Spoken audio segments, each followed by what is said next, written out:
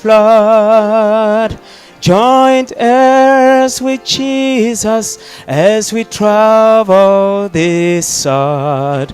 For I'm part of the family of God.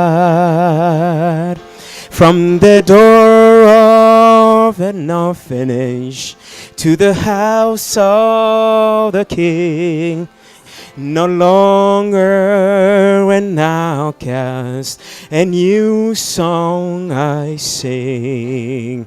From rags unto riches, from the weak to the strong.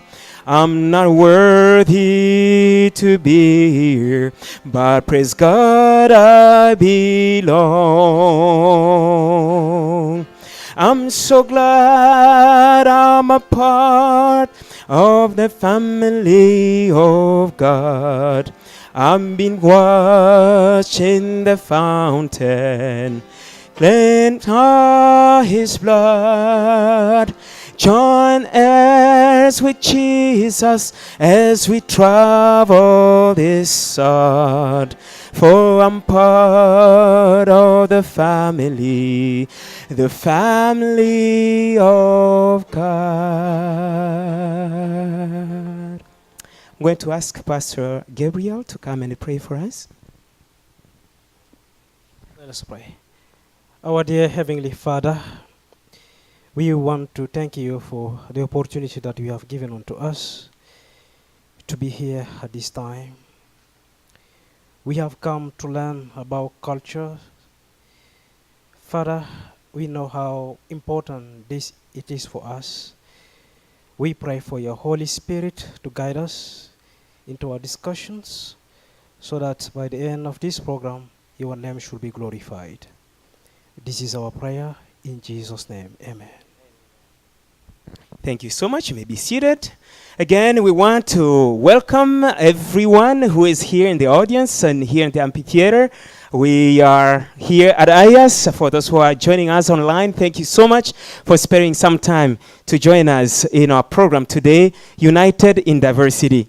Today we'll be exploring 3 different countries found on 3 different continents. We'll be traveling to places we haven't been so far. We have traveled in other countries before, but today we are traveling in other countries we haven't been to. So today we will start with Mexico. We're going to discover this country that is part of the North American continent, which is right below the United States. And we will be discovering what makes Mexico such a powerful nation. Many of us around the world, I believe, we know a little bit about Mexico because just like Brazil, they play a lot of soccer there. But for those of you who have been to Mexico, only once, we know it also for very nice food. And so, today it's more than just that. We'll get to meet Mexicans who are going to share with us what it is all about Mexico. And so, this moment, I want to welcome the host for the show for today, and that is Sir Bruce Sumenap. Please join us together with our participants from Mexico. Let's put our hands together.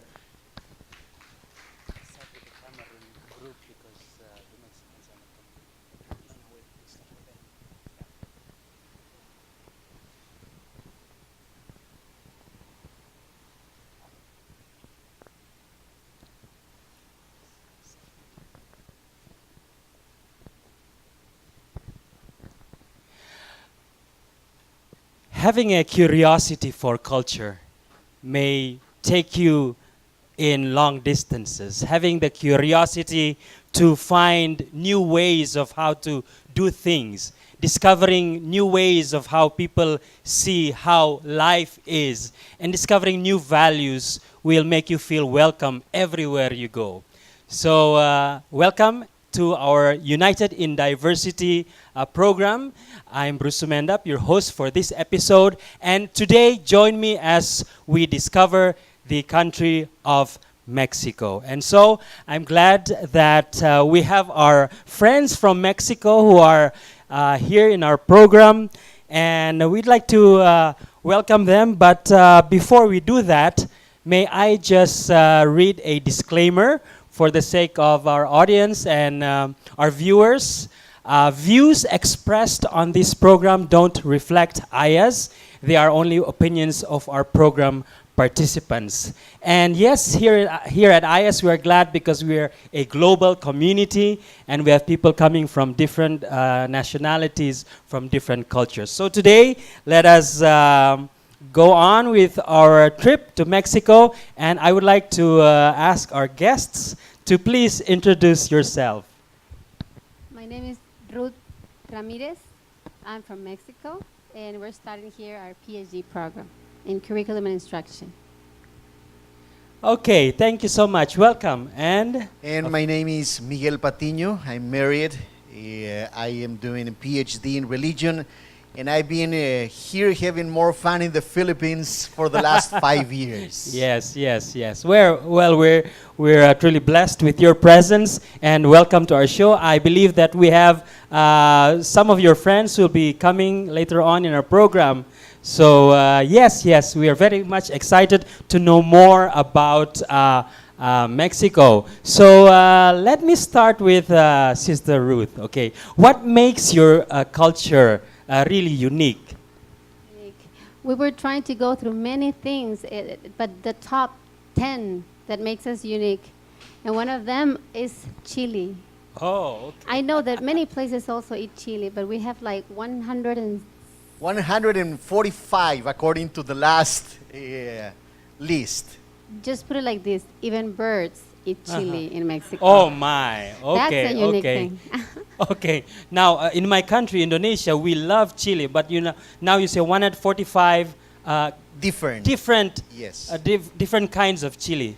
Yes. Wow. Something that happened really interesting here at AYA's one occasion is that one of our friends told me, Miguel, you have chili because I am preparing some food and I want to put some chili. Yes, and I asked her, what kind of food are you going to prepare? And she said, are you kidding me? I just want chili. No, I told her, it depends on what kind of food are you going to eat. If it is soup, what kind of soup? If it is pasta, what kind of pasta? If it is beans, because we have chili for every single kind of food or meal. So at the end, I bring to her 7 different, and she was like in shock. What is this? So she tried different. She said, okay, this really tastes different. Wow, amazing. Thank you so much. So, anything else aside from chili? Is there something else that's unique about Mexico? Yes, well, of course we have a lot of variety. This is a country that has a lot of variety because you can see people that is blonde with blue eyes, green eyes. You can see brunette people. You can see brown people. You can see every kind of skin colors. You can see even shape of their heads. curly hair, straight hair, big eyes, small eyes, tall people, 2 meters high, and short people, 156, 160. These varieties is in there. So you cannot take someone and immediately say, this is Mexican. I can put you there and they will believe that you are Mexican. Only when you start speaking Bahasa, they will know that you are not Mexican. Okay. But you have only one language that everybody speaks, right? We all speak Spanish. Okay. Then in the higher, there's like mountains, and there is the autochthonous language, and they have like Maya, and they have this other. Yes, we have 68 languages that are officially recognized by the government. 68 officially recognized by the government, but all of us speak Spanish. I mean, this is what happens. Another unique characteristic that I may say is mariachi. Mariachi is one of the very Mexican music uniqueness that we have in our country. So wherever you go and wherever you hear mariachi, you immediately know that this is music from Mexico. And then go on. And probably you may share something about soap operas as well.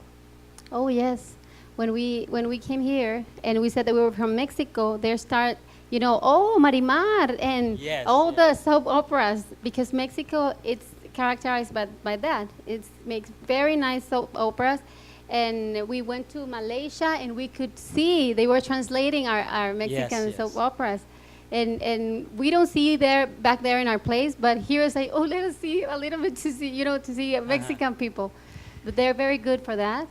In every country, you can see that they translate that. And when we arrived here, was the first thing, Marquez, and Because And- of box, you know, Yes. Mexicans and Filipinos have had a lot of history with box fighters, and what is interesting is that on the ring we have a lot of fight, but Outside of outside the ring we have a lot you- of friendship. Yes, yes, Yes, that's very important. That's yes, very and this is one of the, because Mexican people are so passionate.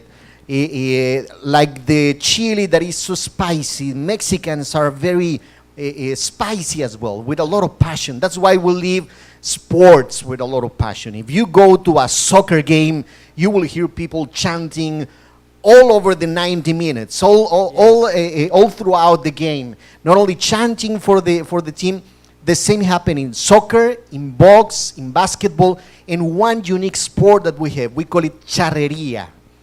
Charreria Tell is, us more about that sport. yes, this is a unique sport in Mexico. The closest to this is the rodeo, the U.S. rodeo, because charreria is more based on horses. So, for instance, one of the competitions there is something that is called the pass of death, when one person is riding the horse, and while the horse is running, you need to change to a wild horse on the running of the horse, and you need to change, and you need to stand on the wild horse and totally control the other one. So charreria is a very unique sport, and it's a national sport. Wow, wow, wow. Now I can relate when you say the spicy food makes you you know, excited and all those things, because yes, really, if you eat chili, you know, you really can Yes. express yourself a lot. Now, yes, that's very true, and it's nice to know that you have this kind of experience, because I can relate to that. And that Yes, you goes would in like every, to. it add goes in every sense. It's like if it's for love, it's also a very Yes. passion. If it's when you're raising children, okay, it's also like that. Once one teacher went to my house to tell me, you know, your boy did this and this and that. Oh, really? Yes. Which of the three? Tell me which one. And he told me the name. Fulano. Immediately come here. So I was just okay. like, everything, my face changed, and the professor was so scared. And I say, excuse me, you will see the Mexican mother, you just crossed the border here. And right now, the Mexican mother will talk, and just please step aside, because I need to teach a lesson here. So everything, your eyes, everything is like very, you know, waving hands in your face. You're never gonna do that. And this, we have this one very Yeah. wrinkled, because we use them a lot. Very expressive in Yeah. a way. Now, So he was yeah. scared. I think he left home like very Oh, scared. that's wonderful. Now you you brought up a discussion about family. You know, in many cultures, family is much valued in the different cultures. Now tell us a little bit about what are the values that are highly regarded in the Mexican culture. Okay, I would like to connect the previous question with this one, because this is very closely related. That is food. Okay. Mexican food is quite unique. Most of people thinks that, for instance, Taco Bell is Mexican food, but that is more a Tex-Mex food. That means is more Mexican American food. Okay. The Mexican, the 100% Mexican food is something. Sometimes we call it vitamin T, because it is, this Mexican is made of tacos, tamales, tortillas, tostadas, the taquitos. So many important and unique uniqueness regarding food is made with tea. That's why we call it vitamin T. But vitamin T. But in every family, we have some specific food as well.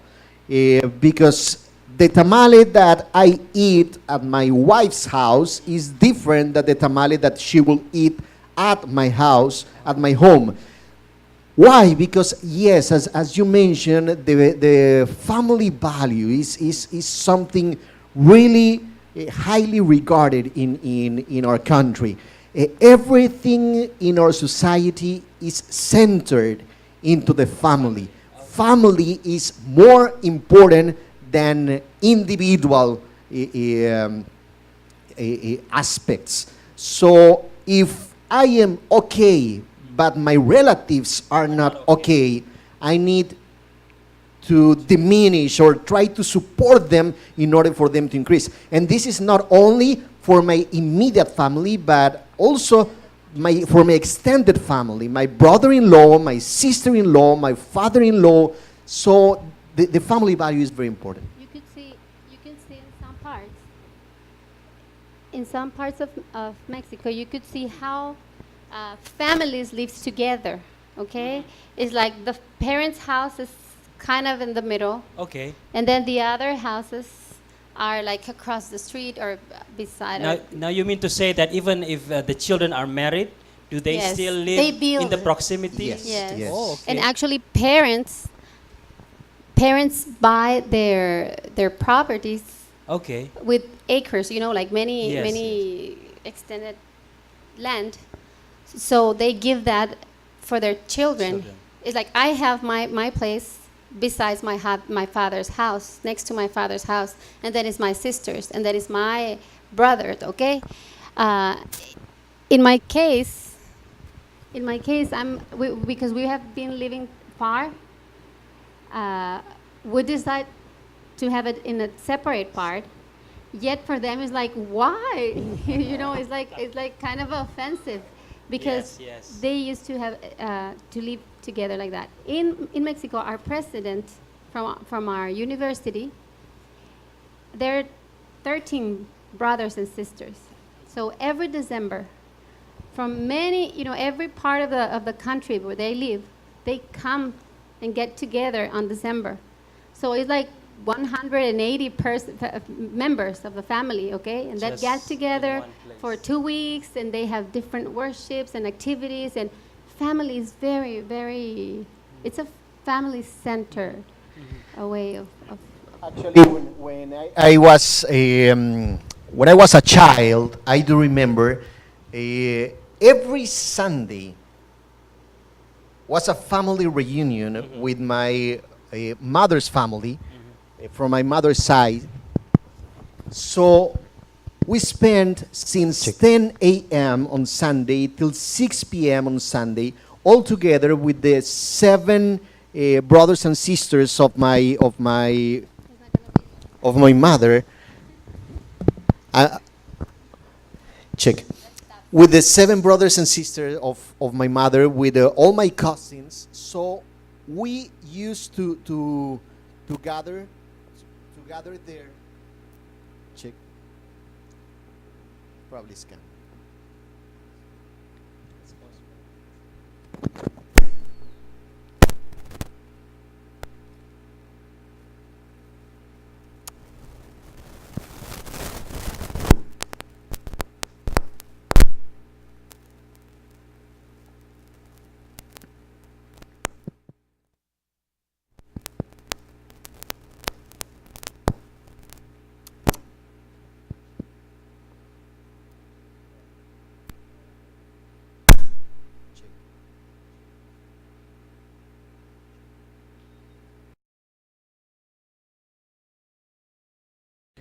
Okay, it seems this is working. So on Sunday, 10 a.m., all the family get together, and we spend the whole Sunday with our grandpa or grandma, all uncles and aunties, all of us together there. What did we do throughout the day? Just talking, sharing stories, and eating together, and watching the game of our team during that day, And at the end of the day, our grandpa always called us to give us our token that we call it a Sunday.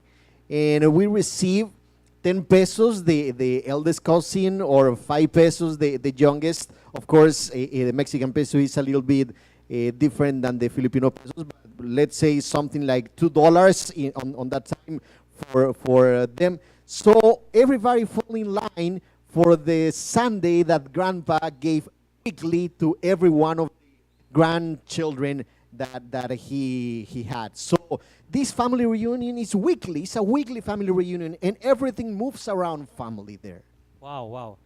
Wow, I'm just imagining things now that if someone has 6 or 8 children in the family, and then you have this family gathering, it's going to be a house that's packed with everyone, Yes. children running. And tell me, is this a practice that is done by everyone in your country, or is just some provinces or some places? Or Usually it's just is different for each Okay. state, Okay. because we're divided by states. Okay. So every state have their different way of showing that. Okay. Like where I am from is is the north part. He's from the center. Okay. Okay, so in the north part, it's every time when everybody's done of doing their work, they come back and they have to go to the parents' house and say, "Oh, the day was like this," and all of them sit outside of the house. Uh-huh. But that time, the mother already, throw water there so it can be fresh and smelling like they're already showered, and you can see they have powder everywhere and smelling nice. The grandma and that the children come, the parents with the grandchildren, and then they sit together and they talk. So every night they go there and just like to check, we're here. This was the day, and then they go back. So it's not only on Sunday. For us, it's like every Yes, every and it can change on the day, on the kind of activity. In her case, for instance, this used to be on Saturday night. They get together. Sometimes they might have a grilled just to be together and talk. And on Saturday night, you gather around 9 p.m. and the meeting goes up to 2 a.m. or 3 a.m. just talking and sharing and having long conversations. It's just a matter of being together. So if I'm invited to your house and you're having this family gathering, would you welcome me to join Of your course. barbecue and Yes. eat chili? And then Yes. and then you will be part of this. Please, Ruth, sing a song for him. Sing a song, and then you sing. Okay. And then you play the guitar for him. He plays. And there's then you play the mariachi guitar. and- And then you Yes. do this. Yes. The mariachi is very expensive, right? But Oh, okay. but people there sings. Like here, I think Filipino loves to sing also. So it's like you sing and then you say the poem to him. So the visitor at that moment, it receives the whole avalanche of talent from everyone, and the mother is trying to say, "Oh, he knows how to do this," and If you are in my house by the time that we are supposed to have the family reunion, you have to come with us. Stay there. Yes, visitors are always welcome to family reunions, to the weekly Okay, family okay, reunion. okay. Wow, wow. Mexicans are very friendly. I'm sure and they they are. I'm like sure they that. are. Okay, let's talk about how do you communicate to each other in public. Either let's start with how do you communicate with someone who is a new acquaintance, and then we'll talk about how do you communicate with someone who you know for quite some time already, with friends. What is something that's unique in the way you communicate? Well, for us, it's like whenever we meet someone, we may not know ever seen you before, but it's like if I've been seeing you forever. Yes. So it's not like Oh, you're okay. someone I don't know. It's like, oh, really? And they say, oh, very nice. And in 1 hour, 2 hours that we were together, I can count you as a friend like the other kind of friends that we have usually. It's like there's no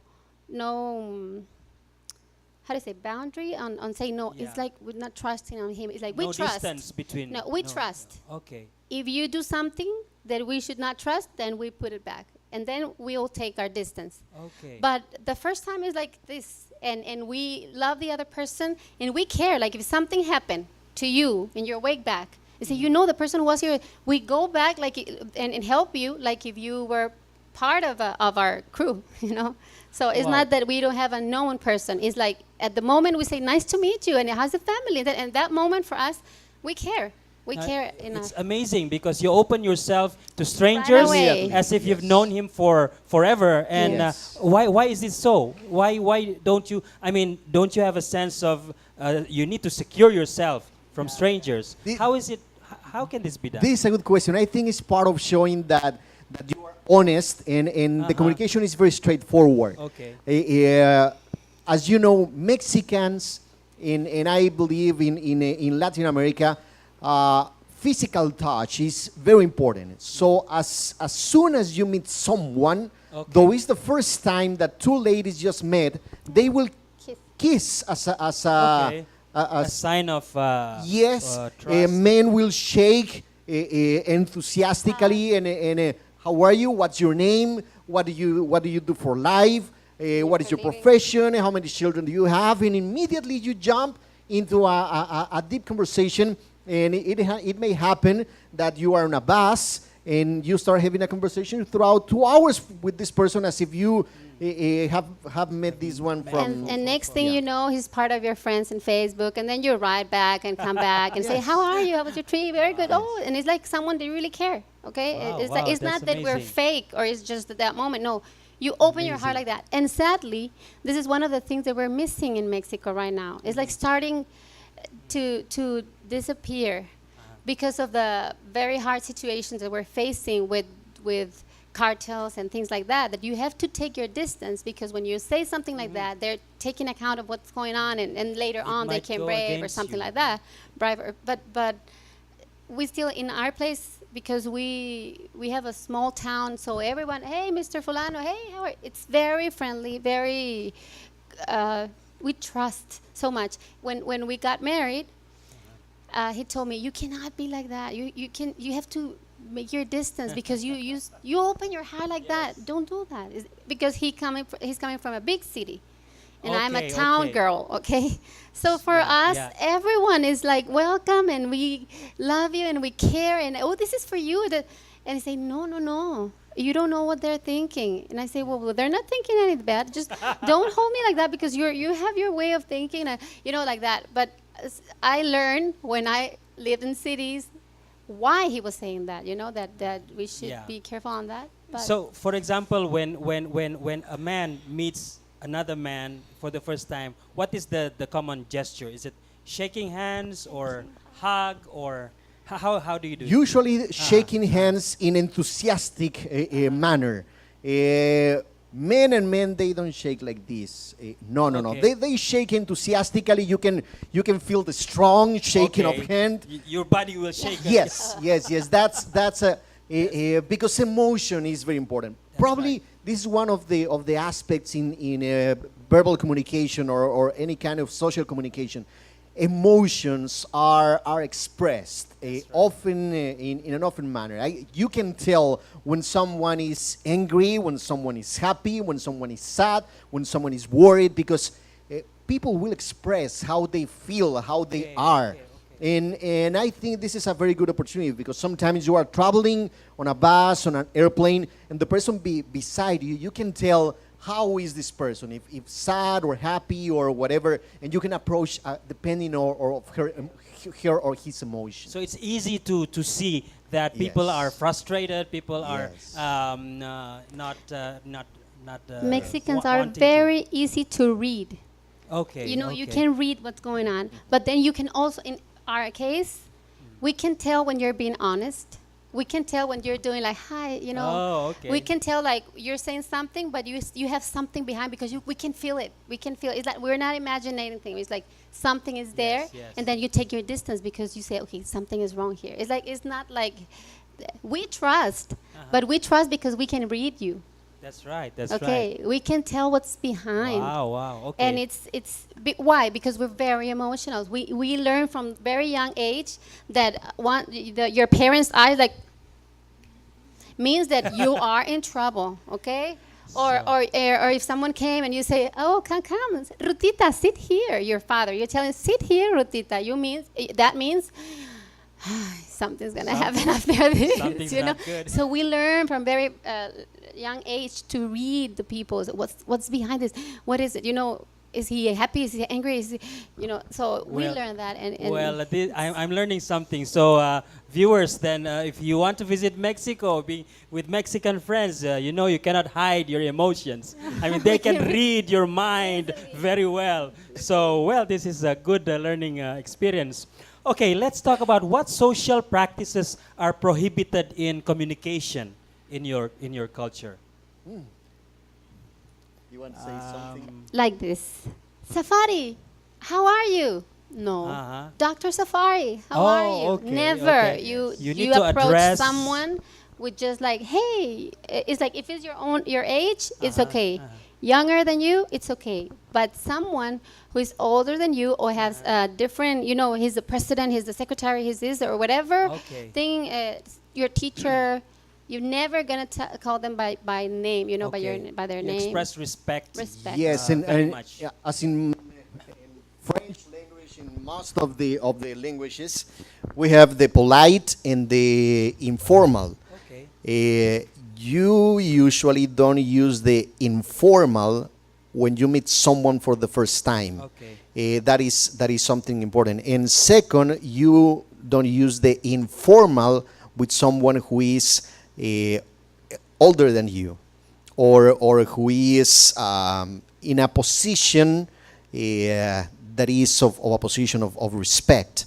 So I think this is quite interesting because this is something that sometimes people who just come to Mexico for the first time, they try to be just as open like that, but sometimes this is unrespectful. So this is one of the things that probably I can say that is forbidden in communication.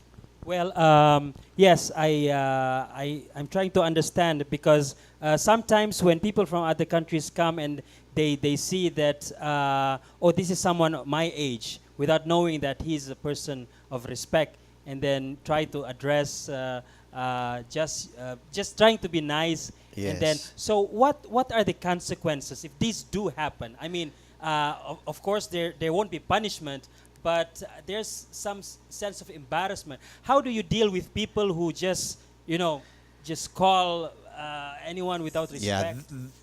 two things might happen. Two things might happen. Okay. The first is, as you say, they can embarrass you. So, for instance, they can say, "Did we play to marbles together when we were children?" And you know that they are saying, Okay. okay. And the second, they may say nothing. I mean, they cannot correct you in public, but you are seen as someone who does not know how to place yourself in the Correct, social. correct. So for me, it was interesting when first I came here to IAS, when someone younger than me, though was a professor, told me, "Hey, Miguel, how are you?" It was interesting because, yes, he's a professor, but he's younger than me. And in Mexico, I will never be Miguel for him. But my response always will be, "I'm fine, professor." Though he's younger than me, he's a professor, and I will never call him by his first name because he's a professor. So, in the other way, because we have the polite and the informal, if someone approach to you using the informal, the tú, that is the informal, and they will call you in tú, you will reply with usted, that is the formal. Okay. In that way, you will say, "Hey, we are not going to use the informal, Yes, but the yes. Yeah. formal." That's the different ways. Okay. Yes. Do you have anything to add to that? I said it already. I think he mentioned it already. Okay. Wow. So yes, and this is something that we might not be aware of, but it's good that we are learning here. We're learning. Well, thank you so much. Anything else you wanted to add Well, about on this one is like communication? with Koreans, usually they ask, the first thing they ask is your age, right? Because Okay. at that moment they put their self, They want to know yeah, where how they're they gonna are. talk Okay. to you, like Uh-huh. this, or you're gonna be the one respecting, or I'm gonna be the one, or we're like this. Okay? Yes. And in Mexico, you ask, "Oh, what's your name? What do you do for a living? What's your position?" Because that is not about the age. Because if you're younger, but you're someone, Yes. We respect. And you then need- the safest way is to just respect from here and there I think that's the until safest we thing. can say, Yeah. you know, we can, Yeah. you can call me Ruth. Yes. But when we're in front of the people, you know, it's like Dr. Rita is very close. Is a very close friend. We really love that family.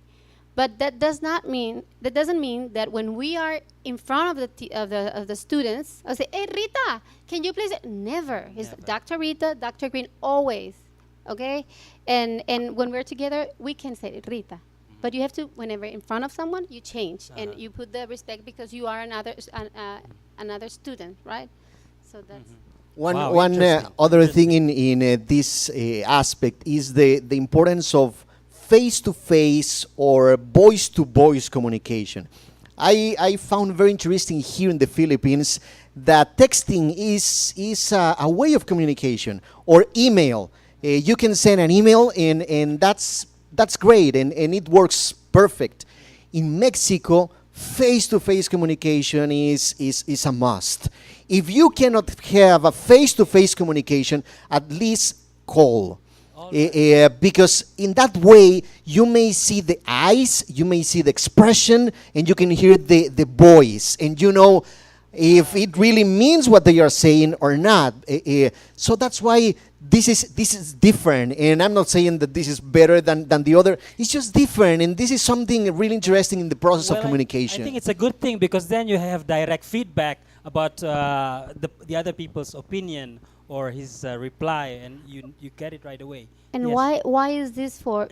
Because when we type, we say the same jokes that we could say like talking, but then the other people, maybe the other person who receiving the things it may not be in a good mood, and they read that and say, what is she trying to say, or you know, and then it's a lot of misunderstanding.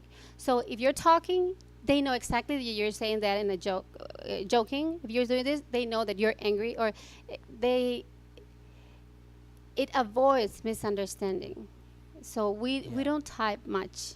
We're not. It's like email can be there, and I was telling the other day I have like 7,500 emails without reading. Oh, wow. So when one wow. enters, it just go and get lost on the other list of emails. It's like it's something we don't use much because it's more on phone Yeah. or face. Face-to-face communication is Yes, more and valued. People sometimes ask, why didn't you- why you didn't reply my email? because I prefer to see you and I prefer to tell you what is happening, because in that way you will know the emphasis of my answer either is good or Correct, is not correct, good, correct. and it's part, and we still need to Yeah. get used to Yes. to this way of communication that is great here. Yes. Okay. Interesting. Well, I know you have shared one or two experience that you had here in the Philippines about things that are different from back home. But if you can share one or two experience about an incident here at IAS or here in the Philippines that was related to the cultural differences that we just talked about, and how did you deal with it? This is a very interesting question, because you know, we have cultural differences not only with people from Africa or Asia or North America, but even in our own Latin American culture. Because though we are Mexican and Argentinians and Chileans and Peruvians, we are different. We have different traditions. We have different cultural practices and so forth. So even expressions, one word may mean something different That's in right. their country. So for me, it was really different when I came here, and the VP for Finance, Mr. Lust, he told me, Miguel, don't call me Mr. Lust. I am Germán. I mean, I cannot call him Germán. Yes. I'm younger than him. I'm a student here. He's the VP for Finance. I cannot call him Germán. And It's just- was very difficult for me to start calling him Germán.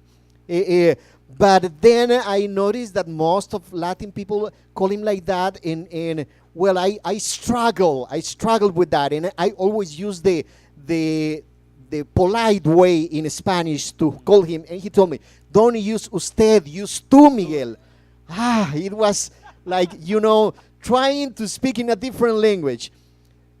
Later on, or years later, Mr. Montero came. And Mr. Montero told me, Miguel, don't call me Mr. Montero, call me Jorge. I cannot call you Jorge. You are Mr. Montero for me. I cannot call you Jorge. And he told me, no, you need to call me Jorge because otherwise, how can you call me? And then we continued our conversation. And he told me, okay, Pastor. And I told him, why are you telling me that I call you Jorge and you are telling me Pastor? This is not right. And then he told me, well, I can never call a pastor by his first name. And so it's interesting. The two of you are facing the same struggle. Yes, you know? yes, the same struggles. So what can I say? It's to live in Ayas and to have these intercultural experiences is something great, is something amazing, and I just try to do in a best way possible. Thank you so much. And maybe we have a few minutes left. If you can just share with us, what do you want to tell our audience? Tips probably that you can share on what we need to do to prepare ourselves to visit your country. If we were to come to your country, okay, here's what you need to do. Here's what you, and aside from what we have shared a while ago, what are the lessons that we need to know before coming to your country? Well, that if you don't eat chili, you're going to have a hard time. Oh, Number okay. one. The other one is that you need to lose kind of 10 kilos here in order to gain them there. Okay. Because food is very delicious. I'm sure Okay? it is. And the other one is be ready to make very good friends for life. Because it's just once and they can last forever. Okay, that kind of friendship it's open and given right there. We're very straightforward to say things and to tell things to others. So don't feel offended if someone tells you right away, this, it's wrong. Do it like this or try. We go straight for it with all the best of the intentions, never to hurt you, never to it's just we're trying to help, and sometimes people can take it in a wrong way. And but be aware that we love anyone who's willing to love back. Okay, it's the I can tell you about that. And Mexico has many beautiful places. Cancun, you can go there and visit. You can visit Monterrey and many other places. It's the beautiful places. I wish we could show you many places to see. Yes, thank you. One aspect important when you go there, you need to understand that Mexicans are flexible. Deadlines are like Okay, I like ideal this. ideal dates. But deadline when you say you need to submit on June the 1st your Okay. assignment, Professor, he doesn't really mean June the 1st. Sometimes June the 1st is the first date to start negotiating the real date, the extension. The same happened when you are invited for lunch. If I say to you, Mr. Sumenda, please come for lunch home at 12. If you show up 11:30, that's not polite. That's not polite. If you come 12 sharp, we'll be in trouble because everything is not ready. Yes. The best way when we invite you to come at 12 for lunch, come between 12:30 or 12:45. That's perfect That's time. the best time The to best come. time. And Well, and we have some table manners, and this is important when you go there. Table manners are really important. When you are there, we need to understand that the head of the family is the one who established the pace of the process. Nobody sit around the table until the father of the house sit. You don't go there and sit in any chair. No, there is a seat for a sign for the father of the family. There is a seat assigned for the mother of the family, for the eldest son, for the second son, for the third son. They cannot switch. If they want to switch, they even are fighting for their in seat. trouble, huh? And we have a seat for visitors and everything. So table manners when we're sitting is quite. It's not so complicated, but it is very, very, very nice. well, thank you so much. Let's give our hands to the Patino family. Thanks so much, Pastor Thank you. Patino and Mrs. Ruth. You've been amazing here. I wish we have all the time we have to discuss about Mexico. I'm not sure if we're ready to go to Mexico. Are we?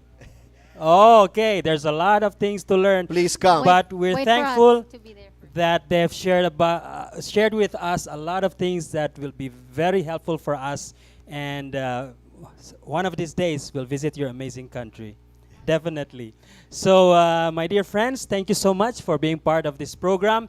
We would like to invite questions, comments, and suggestions from our audience. And if you have suggestions or comments, please write to us at united@ias.edu. We would really appreciate your comments or questions. Again, write to us at united@ias.edu. So once again, thank you so much and hope to see you again in our next episode of United in Diversity. God bless you all.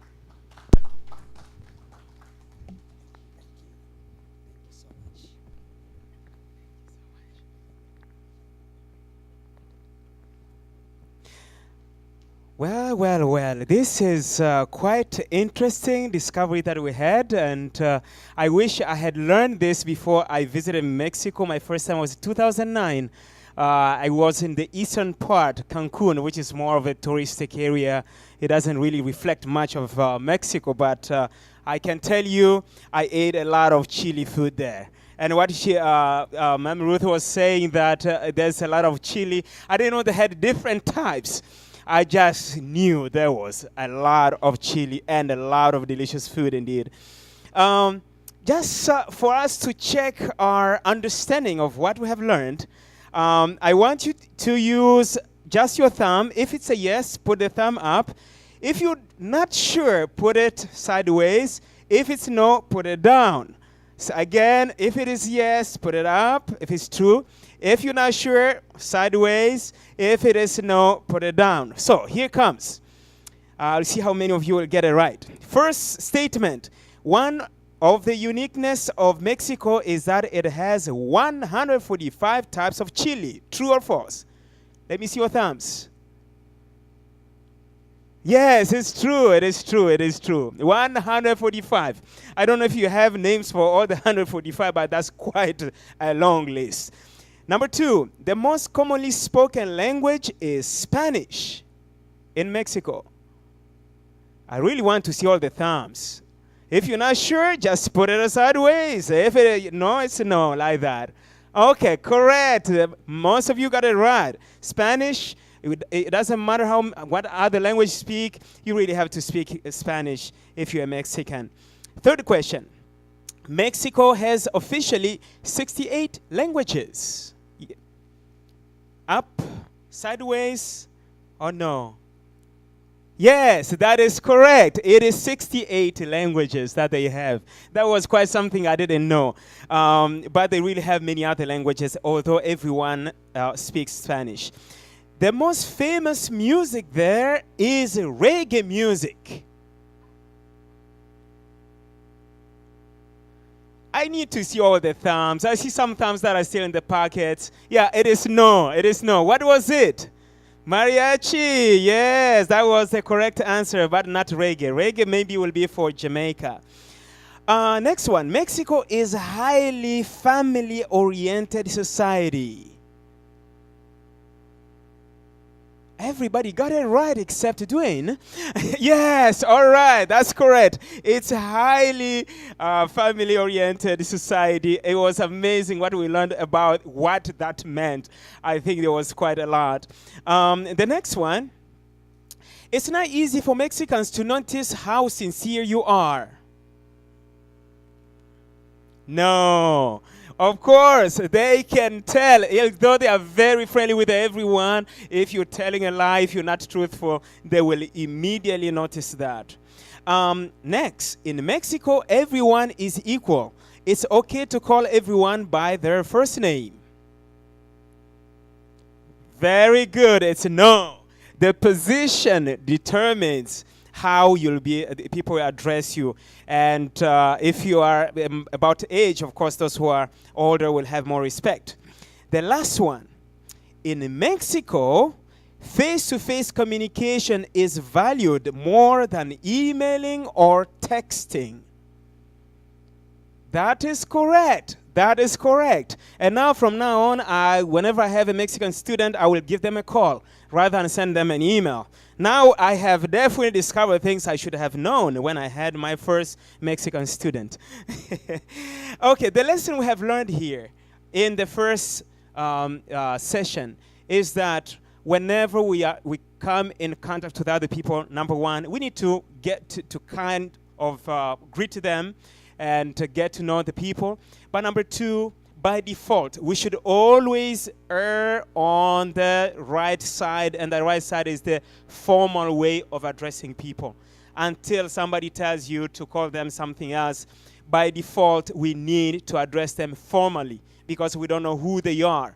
They might be senators, congressmen, or church elder, or things like that.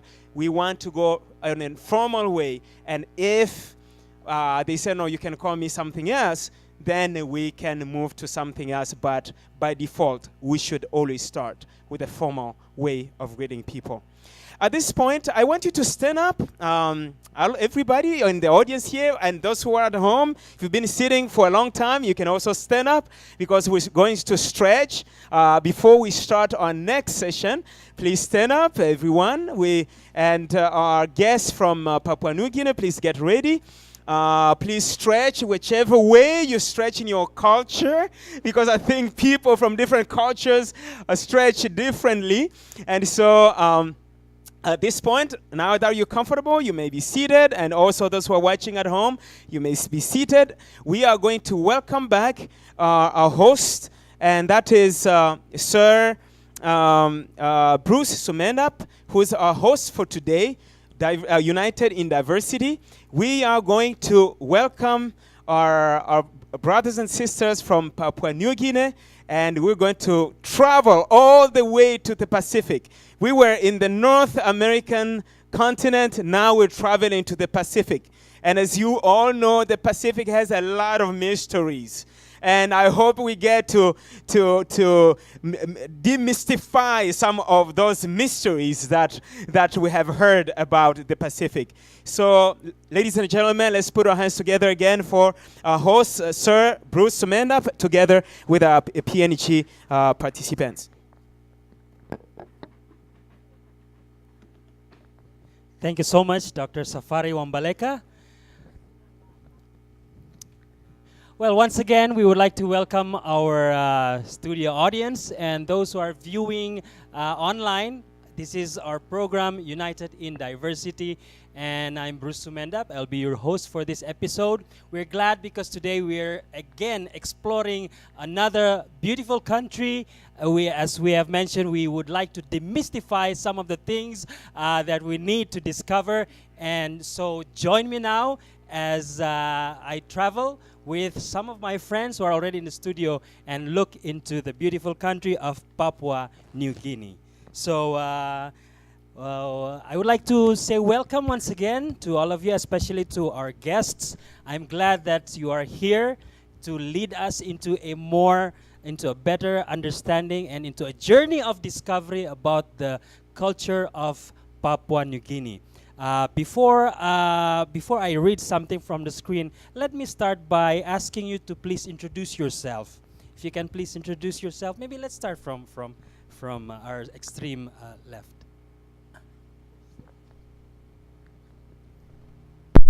Thank you. Good afternoon, everyone. My name is Tina Lipen. I am married to Pastor Lipen. I am a student here, MPH. I'm here for 3 years already, going home soon. I am from the New Guinea region of Papua New Guinea. Okay, let's go to someone that is close to you, I guess.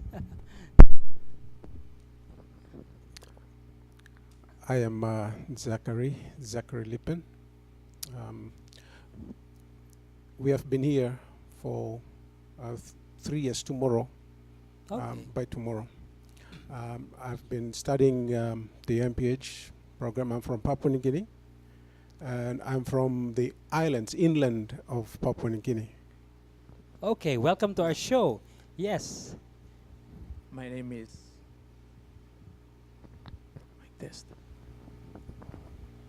Hi everyone. My name is Rodney Banas, and I just recently married Oh, okay. a few months ago, and I've been here for a while through distant learning, but I have an opportunity to be in the campus by this time. I came from an island region of Papua New Guinea. Thank you. Okay, thank you so much. Welcome and congratulations. Before we move on, I just don't like to miss this very important thing that I need to read to you. This is a disclaimer. Views expressed on this program don't reflect IAS. They are only opinions of our program participants. And once again, we are glad that IAS is a community where we welcome and celebrate diversity. And we're glad that our friends here in the studio who are coming from Papua New Guinea are part of a group of international community here at this institution. All right, so let's begin our journey. So let's start by asking our friends here, what makes the culture of Papua New Guinea really unique? What makes it unique? Maybe let's start from Mr. Ban. I think I have to, probably they will say a few more. What that makes Papua New Guinea very unique is the language. Okay. The population of Papua New Guinea is roughly about 7 million rather, and we have 800 plus languages and dialects. That's one. Wow. Wow. And the other unique thing about Papua New Guinea is the diversity.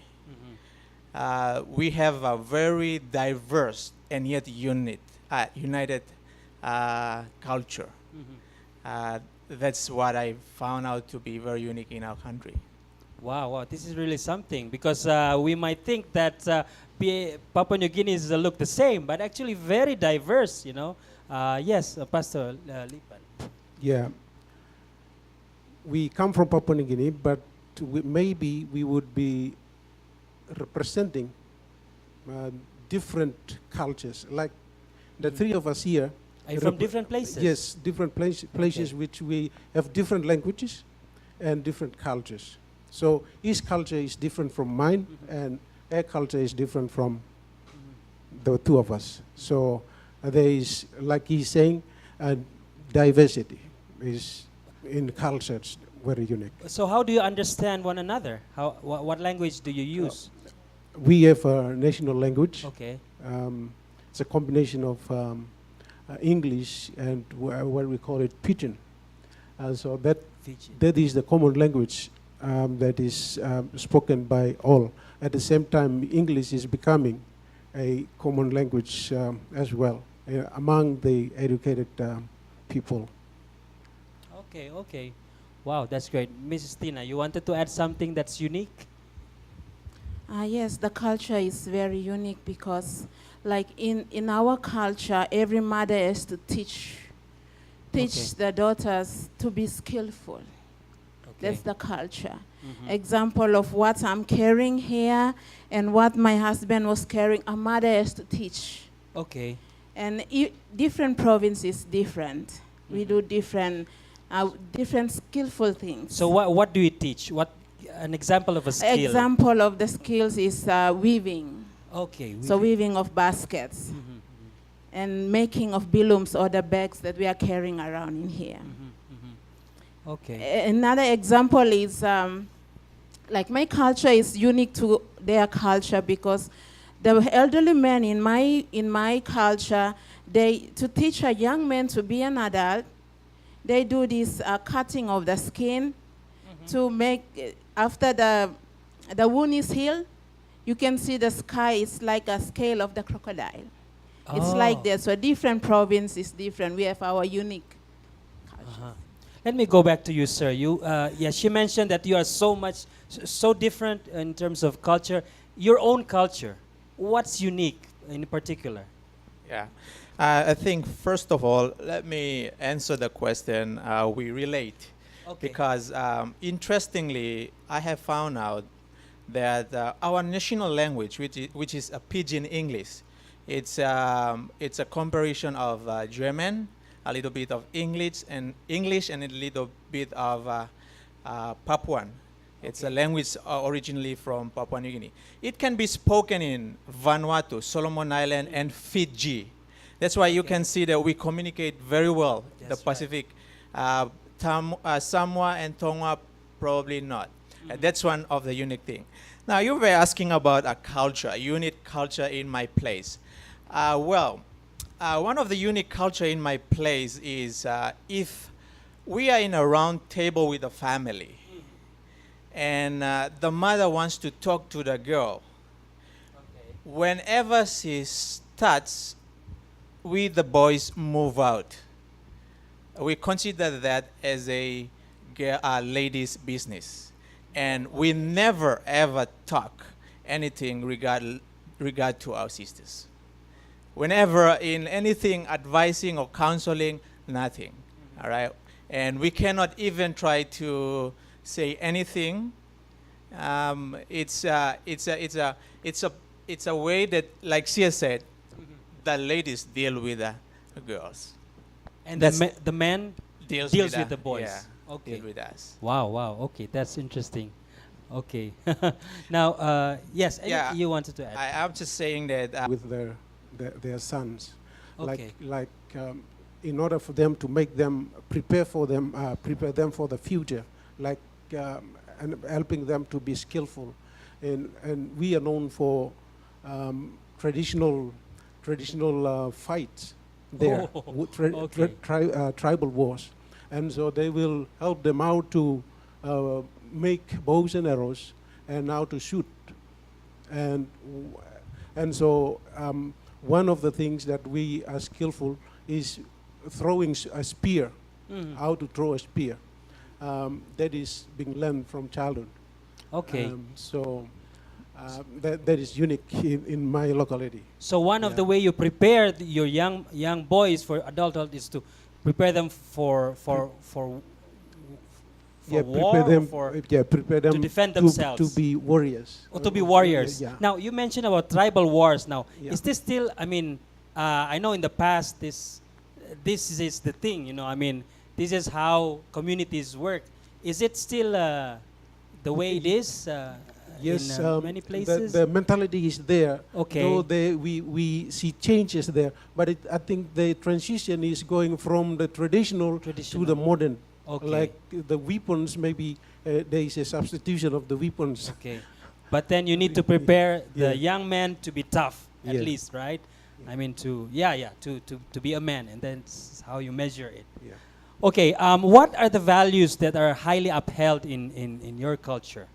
What are the values? Maybe from Mrs. Tina, if can start, or yeah. Yeah, I think there are at least three common cultural values that we. The first one is respect, and I think the second one is religion. Religion is seemed something that is core in our cultures, and there is a third one. The third one is the relationships. Relationships. Our society is tied up with relationships. So those three elements tie up everything that we do in the society. Relationships, respect, and religion. How do people see religion in your place? I mean, the majority is what the kind of religion is? Papua New Guinea is a Christian country. Okay. So most of the Christian churches are there, but just lately we have other religions coming in, like Islam has just gone in, and so. So the role of Christian leaders, pastors, priests, they have a huge role. They're highly regarded in the Papuan society. Yes, I think the rest of the Okay. people respect the leaders of the churches. Wow. Okay. That's interesting. Yes. Yeah, anything well, you'd like to add? I can say the nature of worship is really embedded. People really believe, but I would say they, without the Christianity going there, they were believing in different created things, I would say. But when the truth came in, the Christianity came in, the devotion they place on those things, when they sifted to the right thing, and that is the right God to worship, that simply really make it as a core value. To be spiritual is a value that every Papua New Guinean values. And I can recall recently Doug Batchelor went there. You know, when there is a evangelistic effort going on, rain or shine, you will really see people staying for hours and hours. Small children with parents and with mothers and fathers. It's a thing that is inbuilt, the nature or the ability to worship.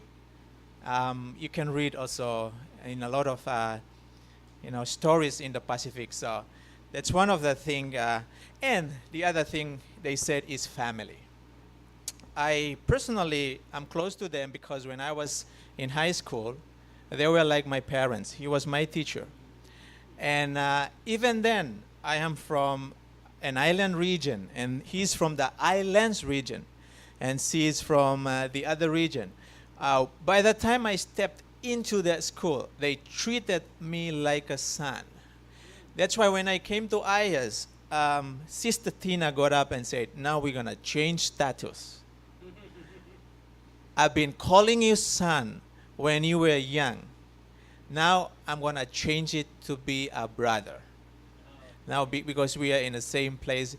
But, the notion, the family, value runs throughout this very diverse country with different colors, cultures. That is the value that predominates Papua New Guinea. Thank you.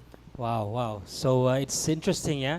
So religion and family, those are the two things that is really highly valued. Anything you would like to add? Mrs. Tina, he was relating you, first you are a mother, now you are a sister. How does this come together? I mean, is there anything that's different that might affect your relationship from your personal perspective?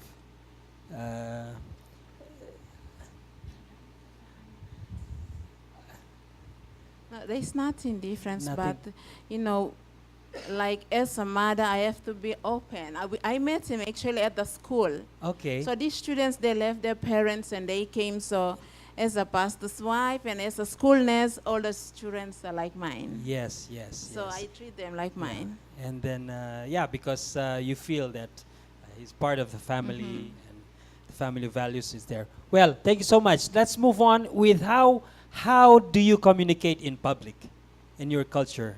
Let's start from, it's up to you. You want to start? How do you communicate? We normally shake hands. Okay. And when we communicate in public, it depends on how close you are. Okay. If you are just a casual friend, hi, good morning, that's already okay. But if you are very close, then you ask, where are you coming from? Where are you going? That's when you are very close. Okay. But if you say that to a stranger, she will be suspicious, or he will be suspicious. What are you doing with my life? I mean, where are you from? Where are you going? That's too personal. Yeah, what's the business? So generally, you can hi to a stranger unless you start to converse and you feel yourself comfortable. That is not to be disrespectful, but it's a way of giving privacy. Unless a person opens up, then you go into your deeper communication. This is a question out of curiosity. When you're in church on a Sabbath morning, is it customary to shake people's hands, anybody's hand, or anyone within your proximity Is it customary to shake their hands or just shake the ones that you feel close to? Just out of curiosity. I would say in an Adventist context, Yes, in the yes. Sabbath mornings, we really do shake hands. It's a Okay. gesture of being friendly and friendly. inviting. Okay. Yes, we do really. But what I was saying is out in the public. In the public. In the public. Okay. Okay. Yeah. Yes. If Pastor you Lipan, if you come to my place, they will second the first time you come in, Uh-huh. and when they are moving, they will second, and when they are, every time they move, they will second. Oh, And wow, so the wow. Now shaking this is hands something else. More frequently done. So you can shake hands of the person more than once in Yes. one gathering? Yes. Wow, wow. Okay. Yeah, so if we are taking a break, we will be holding hands and shaking hands. And when we are leaving, we will, shake You hands. shake your hands again. But another additional thing that if we are so close, we might rub shoulders as well. Oh, you do that. You shake hand and then you pull together and you clench your Oh, shoulders. okay. Yeah. And that's especially among the men. That's They- your gesture of yeah. friendship. Yeah. How about the ladies? How do they meet? Ladies hug. We hug. Do you No kiss? kissing, but No? we just Oh, hug. okay. It's a very Just strong hug. hug we give to each other. So how about you're meeting for the first time? For the A first stranger. time, we just shook hands only. No hug. No. Okay. Do you hug men if they're close? If he's close to me, like Rodney, I can hug him. Okay. But someone who is not close to me, I don't. Oh, okay. Now I need to remember that when I visit your place. All right, let's move on.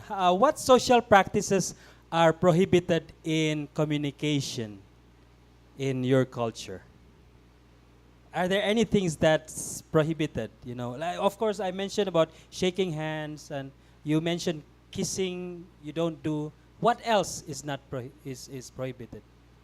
Like in my culture, I don't call names.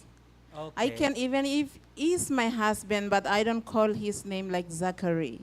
I will say Oh, okay. something else. Like for us, I say friend to him. What do you say? He's my friend. Friend, It's okay. like I don't call his name. All right. Or I can say brother to him, Uh-huh. but I won't call his name. We don't call people by their names. Is It's there- respect. Is there any instance when you call their names? Or When you need never help, do it? When Oh, you need help, that's the time you okay. can call names. But when you're in public, you address with Mr. or Sir? Yes. Oh, okay. Is it the same in Yeah. your Like the Mexican, Okay. we are really particular when it comes to addressing people. Okay. And the way that we address is Mr. Uh-huh. We will not call him. Even like, for instance, me, I was teaching a while ago before I came here. I was more younger than my students. They are very elderly, but they still address me Mr. So I struggled to tell them, no, let's just rub shoulders, and they said no. And that's how we accepted it. And we addressed the pastors as well as the gentlemen. We call them by Mr. And then until the time that we are told not to, or in an informal gathering, we can call them by names. Oh, okay. That's interesting. Interesting. What else? What else is prohibited? Is there anything that? Like I've said, Yes. being too direct, Okay. being too personal, Mhm. I think it's not really Not acceptable. acceptable. In a way, it's insulting, because it's like going beyond the boundary to other person's personal space. So, Any example of being too direct? for instance, I was here before, Uh-huh. and I was walking, and somebody got up and just said, "Hey, where are you coming from? Where are you going?" Okay. Yeah. But luckily, and by God's grace, I learned also studying their culture. They did not really wanted to know. Ah. Yeah, they really did not wanted to know. It's a friendly gesture. So I think this program is really helping us a lot in a way that we are learning about how to relate with each other. Yes, exactly.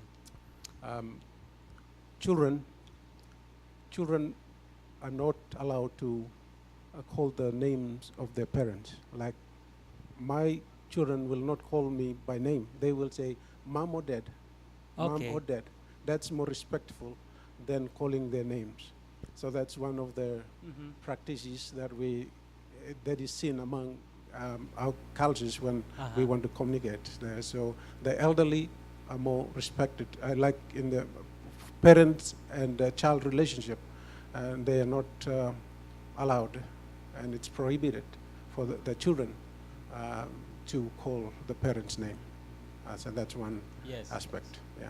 Yes, and it's similar in other cultures also, that we don't call the parents' name, but I know probably some cultures would accept calling parents by name. Yes, yes. All right. Let's move on. Probably there's an incident that you would like to share. Something that happened here at IAS or somewhere here in the Philippines that was related to cultural differences that might have caused, embarrassment or something that was strange to you. Who can Um, start?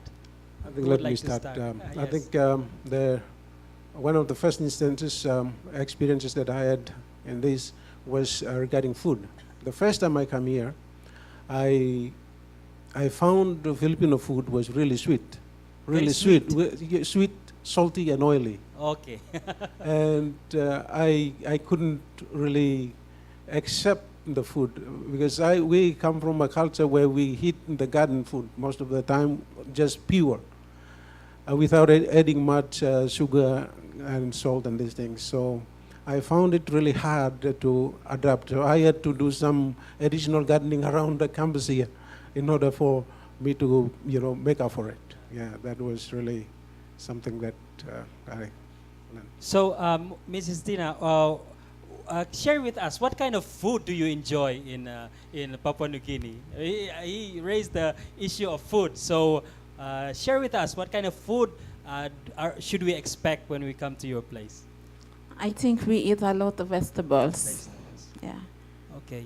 So it's lucky that Filipinos also eat those foods, and they are selling in Ceylon, so we have to It's buy not a from problem there. for you. Okay. Any incident relating to this cultural differences? Of course, there was one. It was really difficult for me. I think I was depressed because of my children. They play, the children are from different cultures, so when someone touches my children, my son is touching, but it's really painful for them. It's really like the culture, it's difficult, so parents have to report to AA for my son not to study there. It was really difficult for me. But then God provided somewhere else, so my son is studying outside because of culture, I see. Yes, some of these cultures, makes us different Yeah. from people's perspective. Yes, I feel for you. Yes, sir. please. Yes. I think the food is one of the most very unique Unique. difference. Yeah. We are from the tropics, and of course, like Philippines, but we eat direct from the garden. Okay.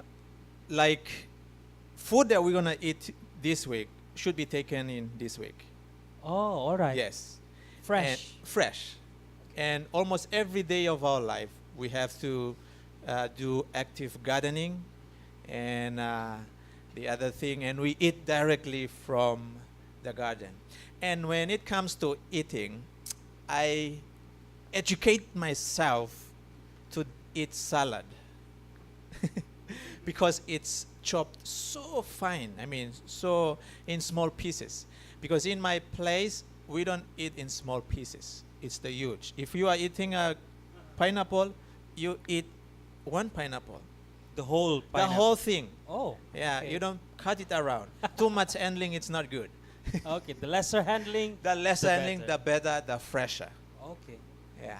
So that was one of the things that was really educating. But here, of course, we are living in a community where it's economically, so you have to, budget every pieces of pineapple in That's the right. fridge. And yeah. That's right. Yeah. That's right. So Interesting. that was one of the. I had an experience also, like when it came to food. I was so desperate that I wanted to eat banana. So I went to the market and I bought a banana and I was about to eat and I saw sugar. So I was rubbing it, removing the sugar, coated. When the one that I bought, a lady got up and said, "Why you are doing this?" And I said, "No, I'm not good in sugar. I'm just trying to." It was a banana cue. Banana Q. Yes, I was Yeah. about to say that. So I can feel for them. We really educate ourselves for the change of eating sweet stuff. We normally just plainly boil, and more natural, and it's always fresh. Yes, yes. Thank I'm you. glad. I'm glad. Yeah, thank you so much. Interesting. That's interesting. Okay, now if you were to share some lessons to someone who would love to visit your place, what would that be? Share us some tips about how to prepare ourselves to visit your place. All right. I think one of the things is if you talk about Jesus, you talk about truth, or you want to share something more biblical, people are inclined so much. Generally, when it comes to, because our background is more into worshiping, and when it comes to spiritual things, and since we are Christian country, you can really make friends very easily that's the common ground, and anyone can meet you. Even a different denomination, not so much we clash, but there is always a common ground. When you talk about religion, God, you meet together. Oh, okay. That's good. That's good to know. So we can actually converse with people anywhere, and if we say God bless you, that is acceptable. Oh, okay. That's good. That's good to know. Yes, Salipan. Seventh-day Adventist Church is the fast-growing Christian church in our country at the moment. Oh, is that so? If you are a Seventh-day Adventist church and coming to our country, you won't be lost, because you will find a Seventh-day Adventist church, and people there, everywhere. So you won't be lost. So you're welcome to come. Papua New Guinea is called a land of the unexpected. So expect the unexpected when Expect you the arrive unexpected. there. Okay. When you arrive there, and it is also called a island of gold floating in oil and gas. And so there is a lot of things to learn in Papua New Guinea. Yes, yes. So church is there to welcome you. So feel free to come and visit Papua New Guinea. Interesting, interesting.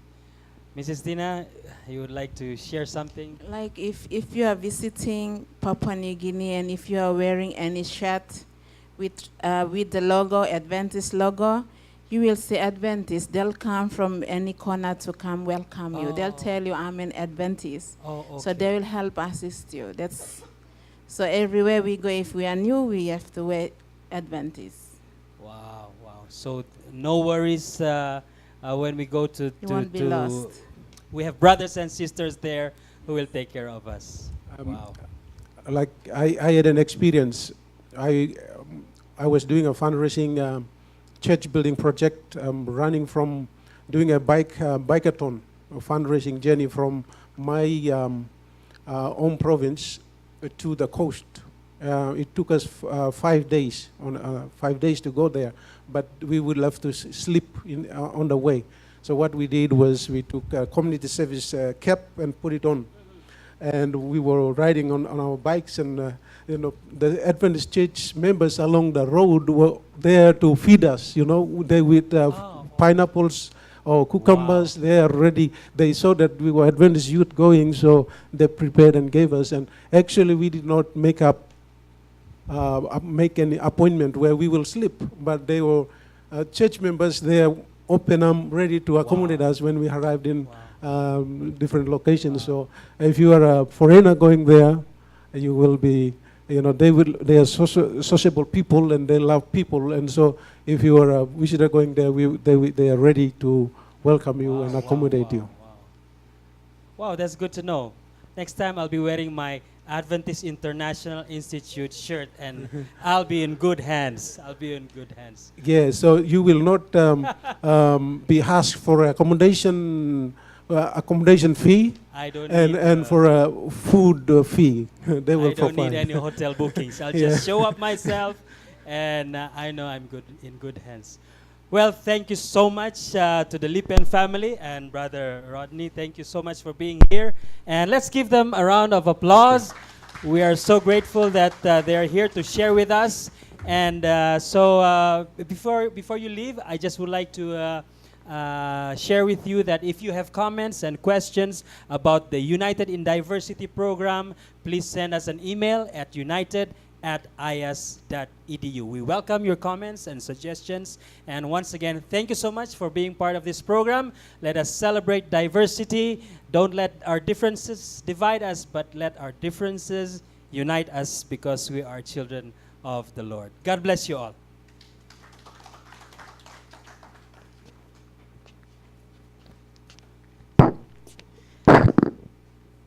We want to thank again the team that has just finished this session. It's quite interesting what we have learned. I was waiting for the moment where they will tell us about the mysteries that we keep seeing in the media. But when I heard that it's more of the Adventists, it's like, okay, I think they come from a different PNG than the one that it is portrayed in the media. And I think this is part of why we have this show, so that we can actually learn the truth about the different countries and different cultures, so that we will not be misinformed by the media, that we will actually learn the truth. So I want to see how much we remember from what we have just learned from Papua New Guinea. Again, for even those who are watching online, I want you to help me. If it is a yes, you put your thumb up. If you're not sure, put it on the side. If it's no, you put it down. So here comes my first statement. I have 5 of them. Papua New Guinea has around 800 languages and dialects. That is correct. That's something I didn't know, and that's very important, because I know in Southeast Asia, the country that has the largest number of languages is Indonesia, with 600, 600 to 700. So now you have just beaten Indonesia. You have 800. So that was interesting for me, because I'm into applied linguistics. So I caught that immediately. Next statement. Men train young men to be warriors. I really need to see the thumbs, either up or sideways or down. I see only heads. It is yes, because it is in nature that if you are a very good Papua New Guinean man, you need to know how to fight. So it is the job of men to train the young men to go to war. So they will help, they will train them even in throwing the arrows, and probably making them too. The next one. Papua New Guinea is predominantly Buddhist country. Let me see your thumbs. No, it is predominantly Christian country. And that was also something new to me, because with all the portrayal of Papua New Guinea, I would have expected it to be more of a traditionalist religions than Christian. So it's interesting that it's predominantly Christian country. Thank you so much for the information. Next, spirituality is one of the core values of Papua New Guinea. Yes, it is. It is. Yes, it is. That's why if you say God bless you, anything that is related to religion is a very good way to start a conversation in Papua New Guinea. And even more so, if you are Adventist, you actually get free lodging and board. The last one. By default, whenever people from Papua New Guinea meet, they kiss each other. No, the men will do what? They'll do a handshake, and the ladies will hug, but they just do not kiss each other in public. That is not part of their culture. So, bottom line, a few things that I learned in Papua New Guinea, you need to make sure to give a good handshake whenever you meet. And now that explained, when I heard that whenever I meet Brother Rodney, I always, that's the best handshake I get on this campus, really. Anyone who hasn't tried that, try that after our show. When you have a handshake with Brother Rodney, it's a real one. And I always wish everybody would give me that kind of handshake. And for the ladies, they hug. And when you meet people, do not call them by their name.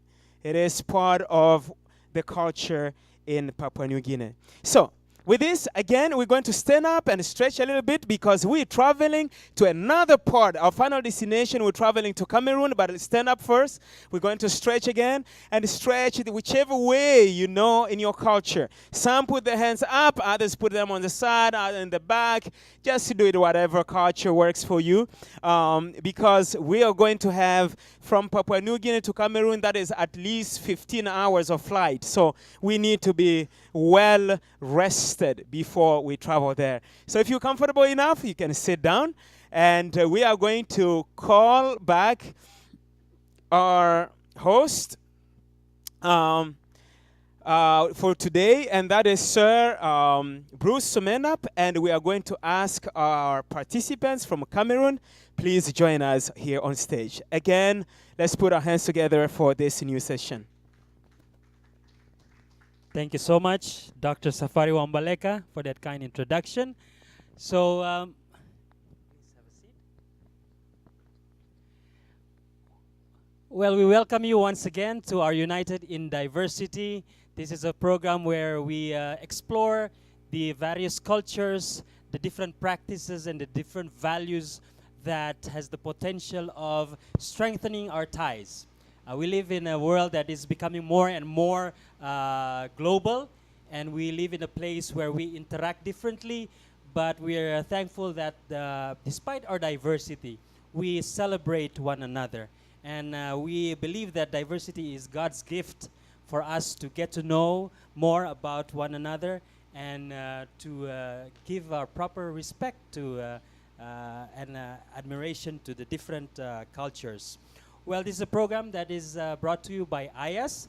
And so today I would like to invite you to join me as I travel with my friends here in the studio. We'll travel to the wonderful country in West Africa, the beautiful country of Cameroon. Let's give a big round of applause to Cameroon. And I just would like to share this disclaimer to our viewers and audience that views expressed on this program don't reflect IAS. They are only opinions of our program participants. So with that, once again, I welcome the participants of today's, I would say, show. And if I would start with asking you to please introduce yourselves. Let's start from my right. Yes. Hi everyone, my name is Bella Vanessa. I'm from Cameroon, and I just graduated from the MPH program here at IAS. Oh, I've been here for about 5 years and a half now in the Philippines. Yeah, great, thank you. Yes. Hi everybody, I'm Mrs. Nda Justine. I'm from Cameroon. This is my daughter. Oh, okay. I just came here for the graduation of my son who is this year. Thank you for being here. Welcome to IAS. It's good to have a team of mother and daughter. Welcome, welcome. Yes. Hi, everybody. Hello, good afternoon. My name is Ekoto Michel. I'm from Cameroon. I've been here for the past 7 years. I'm married to Ekoto Christian, and I'm taking a master's in public health with emphasis in health promotion. Thank you. Welcome. Thank you. Hello, everyone. My name is Gabriel Masfa. As you know already, I'm also from Cameroon. I Have been here for now 2 years and 3 months, and I'm taking my PhD in Adventist Studies and Historical Theology. Thank you. Thank you so much. Once again, welcome, and I'm glad to see you wearing traditional costumes. Or do you have a different names for your attire? Yes, Michelle, you have something different. It's complicated. Okay. Because I like complicated in things. Cameroon, we have so many cultures, tribes, and languages. So for each exactly. culture, for each tribe, there is a different Different attire. attire. Yes. Okay. So that's why we Wow. are wearing something different, Different. each one of us. So none of these come from the same place, I assume, or maybe. Okay. This I yeah, am wearing comes from his part because he's from the northern part. From the northern Yes. What we wear in my tribe, actually, it's like half naked. Because we Oh, use like okay. sacks, like old bags. That's yes, that's really our traditional thing. So we just cover this part and then the breast part. So the rest, we are just Oh, okay. yes, Yes, yes. Natural. yes, natural. Okay, well, thank you. Yes, ma'am. Yeah, before to continue, I want to correct yourself. Is Cameroon in part of Central Africa, not West? Oh, sorry, Central West Africa. is the Côte d'Ivoire and Ivory Coast. We are in the Central Africa. Central Africa. Yeah, Thank you for the correction. Yes. Yes, we are traveling to Central Africa, and I learned that Cameroon is also called miniature of Africa. Am I right? Yeah. Yes, because you have everything there. You have the beaches, the mountains, rainforests, savannas, complete. So I would say if I would visit your country, I visited the continent. Exactly. Okay, now that's interesting. Okay, now let's start our trip. What makes your culture really unique? Let's start from our young lady here. Well, okay, one of the things that makes Cameroon unique is the food. I'll talk about food because I love food. So I like food. Yes. in Cameroon, we have different tribes. I think more than 280 tribes. And each tribe has the staple dish, if you can say. Not really staple, but has different foods. So every day of the year, a family can eat a different dish. Like, different. Today I'm eating this, tomorrow it's something else, the next day is something else, next thing is, yeah, that's What how would it be is. your favorite dish, special to your place, that you I- love? You know. I love what we call sauce gombo and couscous de manioc. Sauce gombo Okay. is okra soup. Yeah, they call Okra it soup, okra okay. soup. And then couscous is cassava, Cassava. but like pounded and, Okay. something like that. Wow. Yeah, Okay, because okay. when it comes to food, actually talking about Cameroon, if you take cassava, only for cassava, you can eat cassava in like 20 different forms. Oh. Yes, so depending on how you want to eat it, depending on how you want to process it, and depending on the accompaniment. Okay. Yes, so what she's talking about is like cassava, which has been soaked for 3 days, dried, grind, and then, yes, that's how we cook it. So it's really different. That's actually something unique about Cameroon because we have this ability to process, to change, to transform everything that we touch to make it more palatable. So is cassava staple in your place? You find it everywhere? Everywhere in the country, you'll find Okay. cassava. Wow. Yes. Okay, that's interesting. And Mama here, do you prepare this kind of dish Yes. very I often? prepare, yeah. So what are the things are unique? Unique to Cameroon? She will Speaking speak in French and I will French. translate. Oh, sure. Yeah. Ok, ce qui rend le Cameroun unique, c'est que nous avons plus de After de that. 300 langues et cultures. Okay, what makes Cameroon unique is that we have more than 300 languages and cultures. Par exemple, 300 comme nous languages. sommes assis là, ça fait 3 cultures différentes. For example, the way we are sitting here, there are 3 cultures. represented. Okay. Donc c'est ce qui nous rend unique. C'est l'Afrique vraiment en miniature. So that's what makes us unique. That's Africa, a small Africa. Yes, yes, you have the diversity. La So, diversité. so do you speak one language? You can understand one national, one uniting. Nous avons le français et l'anglais comme la langue nationale. We have French and English as national languages.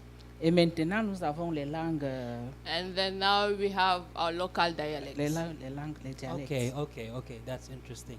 Anything else that's unique? Let's hear from Gabriel. Of course, you mentioned it already. What is so unique about Cameroon is that when you travel there, you have seen the whole of Africa. And that's the beauty of Cameroon. So that is something really unique. And you can't find it anywhere in Africa, only in Cameroon. So not only the beaches, but the climate and cultures. So actually, our cultures, we have different culture, of course, but when you go to Cameroon and you see and analyze all the cultures, you will notice that in some part of Africa, like Zimbabwe or other, there are some aspect of our culture that you may find there, because everything is represented right there in Cameroon. Oh, that's interesting. Way That's of interesting. dressing also. So it's a melting pot of different cultures of the African continent. Wow, wow, wow. Now I know where to go if I want to see everything. Yes. Okay, I would like to to talk first. In general, in Cameroon, people are very hospitable. If you come to Cameroon, for sure you'll be happy. But the other problem is that Cameroonians are very direct. Too much direct. Like if they have to say something, they'll just tell you right there on your face. So no going around the bush. No. They will. Sometimes it has been a cause of so many problems with some other cultures because we just express ourselves without minding how the person in front. And for us, Cameroonians, it's okay because that's how we express ourselves. So something also unique, especially in my culture, is that it's our dance, the way we dance. Sometimes they say in life, if you don't want to move in life, move like the Bafia dance, which means 1 step forward, 3 steps backwards. Okay, and we'll be having a demonstration later on, right? Do you agree with that? Okay. Yeah. After this. So our dance is something really particular, but that's what defines us as Bafia, because I'm Bafia. Bafia, we call it Bafia. And also in my tribe, we are very tall. And people say we are tall because we eat a lot of corn. Yes, corn. Yes, we eat a lot of corn. So we can eat corn with any kinds of vegetables. Oh. But on the contrary, when you look at my husband's tribe, for them it's chili. Chili? Yes. Uh-oh. For them it's chili. They have something that is very unique. You will only get that in their tribe. Is what they call a banjeya. It's fish and chili only. Oh. Yes. So to get that part, you only need to visit their part because they live by the beach side. That's the place he's coming from. His mother is coming from. Yes. So chili is very common, and that dish is very special there. So these are few special things that they can have. Wow. Yes. I can relate to that. Fish and chili. Okay, that makes sense. All right. Anything else you would like to add about the uniqueness of culture? While you're trying to come up with something, let's move on about what are the values that are highly upheld in your culture. I know in some cultures we talked about family, about respect. Is there something similar to Cameroon, with Cameroon when it comes to family, or are there other things aside from family that is highly valued? First of all, in Cameroon, man as a man, male, yes, is highly regarded. Okay. And is really, really respected. In the family setting, you cannot talk to a man anyhow. You really have to mind your words when you talk, either to, especially to your husband or to your father. In fact, I cannot talk to my father and look at him in the eyes. Okay, wow. It's wow, very wow. impolite. So you always like maybe look down. Yes, but you cannot keep eye contact. It means you don't actually respect the person you are talking to. And also, if I have to address to my husband, I am very energetic, but usually when I have to address to my husband, I really have to calm down, take it easy, go close to him and ask him or tell him whatever I have to tell him, because that's a way of showing respect. I cannot also call him by his name, especially, for example, Ekoto, come here. It's not polite. Not I remember once I did that, and it was in a family setting, Oh. and my mother rebuked me, like, let it be the last time. So this is just to tell you how much we respect men in our culture. And also, when you get married, especially for us, your grandmother will buy you special dishes where you have to dish your husband's food. He is the only person who can eat in those dishes. Even if you have, no matter how important the guest visiting you, you don't have the right to serve food for that person using those dishes. So this is how high man is in our culture. This is interesting. Let's ask Mama here. Now we've learned that male are highly regarded, highly respected. So what is the role of female, of woman, especially as a mother? How do people show respect to a mother? You know, in the Cameroon society. Dans la société camerounaise, la maman, celle qui fait la famille. In the Cameroonian setting, mother is the one making the family. She's the one Elle fait holding l'éducation things. de ses enfants. She's educating the kids. Si une fille sait préparer, c'est grâce à sa maman. If a girl knows how to cook, it's because of the mother. Parce qu'elle est déjà en train de la préparer pour le mariage. Because the mother is preparing her for marriage. Yeah, Okay, for okay. marriage. Donc la maman, c'est elle qui fait, elle éduque les enfants, elle les contrôle. Et puis le papa, comme elle a dit, vient juste seulement superviser. So the father in the family is like a supervisor, and the mom is in charge of educating the kids and all the rest. So still the mother has a big role in preparing the young and organizing everything in the family. Yes. Wow, this. We have one male here from Cameroon. Let's see his perspective on this whole thing about the male and his role, how he is respected. You know what they have said is really true, and male are respected in Cameroon, and I believe also women are also respected at the same time. Amen. Because mothers are highly regarded by their kids and even other people who are not their kids. Actually, one thing that is maybe not unique about Cameroon, but there in the blood of Cameroonian is respect for elderly people. You don't have to be my father before I should respect you, or my mother before I should respect you. Anytime that I see that in terms of your age, you are older than me, so I should behave differently. So I have a way of treating you, a way of looking at you, and a way of addressing myself to you. And that is what is being observed, what is being done in Cameroon. Yeah. Well, thank you for that enlightenment. Now, from your perspective, then, what other values do you see are highly regarded? Usually, we attach a lot of importance or interest to our traditional, to traditions. Traditions. Yeah. Okay. It depends on the cultures, it depends on the tribes, it depends on the clans, but we attach a lot of interest in traditions. It might be marriage, it might be the way we dress, the way we eat, the way we look at things, the way we talk. So we attach a lot of importance to the traditional values that we have. Like, I can take the example of marriage.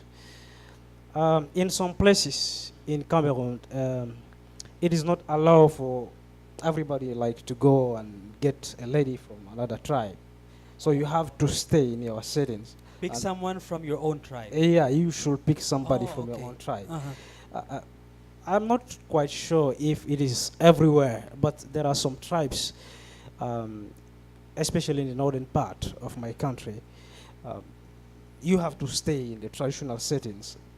And sometimes you may go abroad, still the tendency is to come back and go and pick a wife from there, because that's what the tradition is requiring you to do.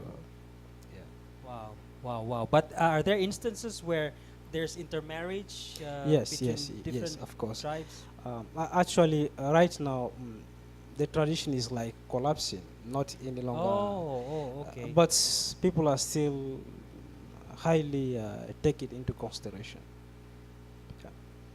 Yes, All right. I Yes. think just to add up to what Pastor Gabriel just said, there are some tribes actually, I can say, which are not allowed to get married together because they say there is a say that the marriage will not last. For example, in my tribe, there are people we are not allowed to attach to. Yes, but in a Christian setting, it's different because we have our Christian perspective. We all believe that we belong to the same family, the family of God. So when you are in a non-Christian setting, parents will really will not allow you to get attached to certain tribes. For example, this tribe, they will not be allowed to get married to the people from the west of the country because they have a different mindset. It will not last for long. And also, regarding what the mom said regarding the importance of the mother in the family, something really important, a value that actually relies on the mother's responsibility is to teach to the girl how to take care of the house, how to cook. Before you even talk about marriage with a man, that's the first thing he will look at. Before you even reach the point to be girlfriend or boyfriends, that's the first thing a girl is supposed to know, at least how to cook and how to handle the situation, the house. The second thing is the mother has a very important say on the woman you have to marry, in the sense that whenever you have to marry a woman, if you convince your mother, you have convinced your father.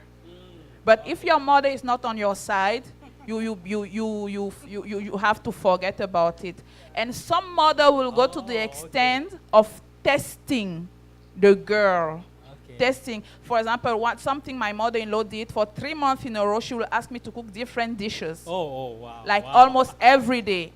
Just to see if I am able to take care of the son, if I'm able to handle the house, because it's not only cooking, but she wants to see how clean you are, how you can take care of the house, how you can take care of the visitor, how you take care of her if she visits you. So these are little things that you really need to pay attention to.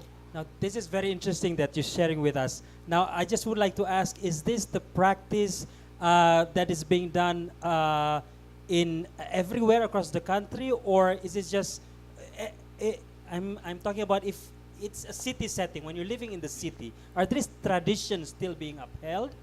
I lived in the city. Okay, so Yes. so it's Yes. still in majority, majority. yes, in Oh, okay. majority, in the big majority of the country, this There's practice is still, and it's yes. still being passed down Yes. to your children and children. Wow, wow. Okay, that's this is something really new for me. Yes. Yeah, another Pastor thing Gabriel. that we can add to what Mrs. Michelle has said already is that when somebody is getting married in Africa, let's say in Cameroon, you are not getting married for yourself alone. It's the whole family which is involved. brothers, sisters, relatives, everybody is involved. So you have to be sure that the wife, your wife to be, is accepted in the family. Okay. Yeah, that is Wow. it. If you see that there are some people who are telling you, don't get married to that girl, and you cannot convince them that there is no problem, you can go ahead, but in the future you will face some troubles. And if you face some trouble, no one will come and help you, because they have told you, don't get into this situation, and you have insisted and you are now into it. Sometimes they may not look at it and maybe say, we told you. So that's how important when you are getting married to see that everybody is accepting the girl in your family. Does it apply the same to men? I mean, do the mother-in-laws, do they give tests to the male, how much they love the daughter? I don't know, how does this work? I mean, the ladies, they have these tests. How about the guys? Mother can better answer the question. The question my mom asked me when I was married. Quand je voulais me marier, Yes. il m'a demandé comment est-ce que le docteur vit avec ses sœurs. Would ask the mother. Yeah. my Oh, mother, she my said mother. her mom asked her if the husband to be, how was the husband with the sisters? Like, how is he behaving with the sisters? S'il frappe ses sœurs, ce qui va te frapper n'est pas un bon mari. She said, the mother said, if he's beating the sisters, then he will beat you. So he's not a good husband. Wow, that's interesting. That's interesting. Yeah, and then it is, as she said, of course, the mother-in-laws will really look at their daughters-in-law, but the mothers also, on the other side, they will also look at men. So there is a story in my country. 2 men wanted to marry the same girl. So the mother told the girl, bring me those 2 men. So she came up with the 2 men, and then the mother gave them bananas. So she left them there for a while, and she went. So one of them was eating his banana, peeling his banana, putting at his feet. The other one was eating his bananas, peeling them, putting, and push. Peeling, eating, push, and push. So the mother-in-law was looking. So when she came back, she told her daughter, I will advise you to marry the guy who kept his bananas, his peelings on the floor. And the daughter asked why. Because if you marry that other guy, all the mistakes, all the faults, all the bad things in the house will be yours, yours, yours. So that's how important it is. Yeah. Wow. Interesting. Well, thank you for enlightening us about this marriage and getting our children prepared for marriage. Interesting. Let's shift gears a little. How do people communicate in public in your culture? Okay. It's up to you. En public, pour Okay. communiquer. To communicate in public, Par exemple, quand j'arrive, nous sommes en public. Pour me saluer, elle doit mettre sa main en bas. in public, when I have to greet her, I have to bend my hand like this.